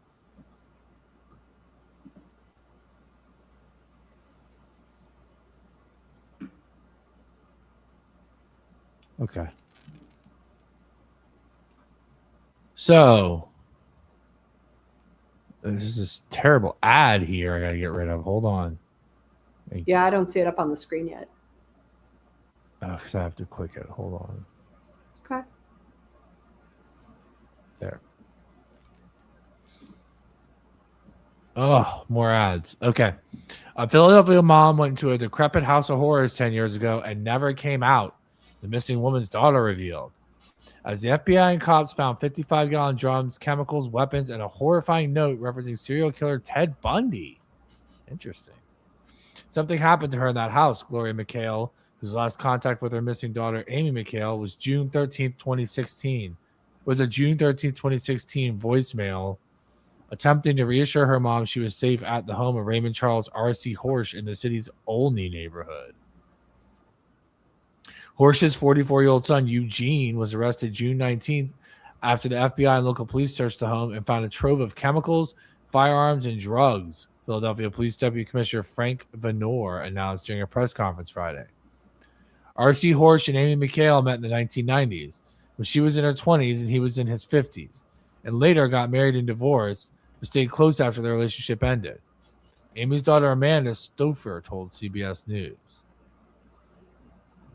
The elder Horsch, who died in 2025 with a rap sheet including drug manufacturing and forgery, was a smut peddler whose medium of choice was filming and photographing scantily clad women in sadomasochistic settings. Stouffer said her mother had grappled with drug addiction and mental health issues throughout her life and told the outlet she was exactly the kind of woman Horsch would have preyed upon. My mom wouldn't just go missing, Stouffer said. They knew that she was a caring and involved parent despite her problems. Amy did have, oh my God, this webpage is the worst. Amy did have her issues, but I don't think she was isolated in these situations. I think these were bad men who took advantage of women who needed help, real help. Gloria McHale described Horsch as a kind of strange dude who considered himself an artist, but he was really like a porn king. He made pornographic videos. He liked to pick up girls who had drug problems. He liked to take pictures of them shooting up heroin. Right. The investigation into Eugene Horsch was sparked when a U.S. park ranger overheard an argument between him and his girlfriend, who were sitting in a parked car near Independence Hall June 19th. Oh, look at this guy. A ranger intervened when he heard the woman say, "You're going to hurt me," at which point he notified other law enforcement agencies who came to the scene. That's Eugene. Oh, man.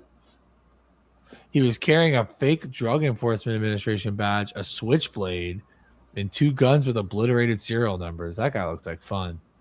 Nice shirt, too.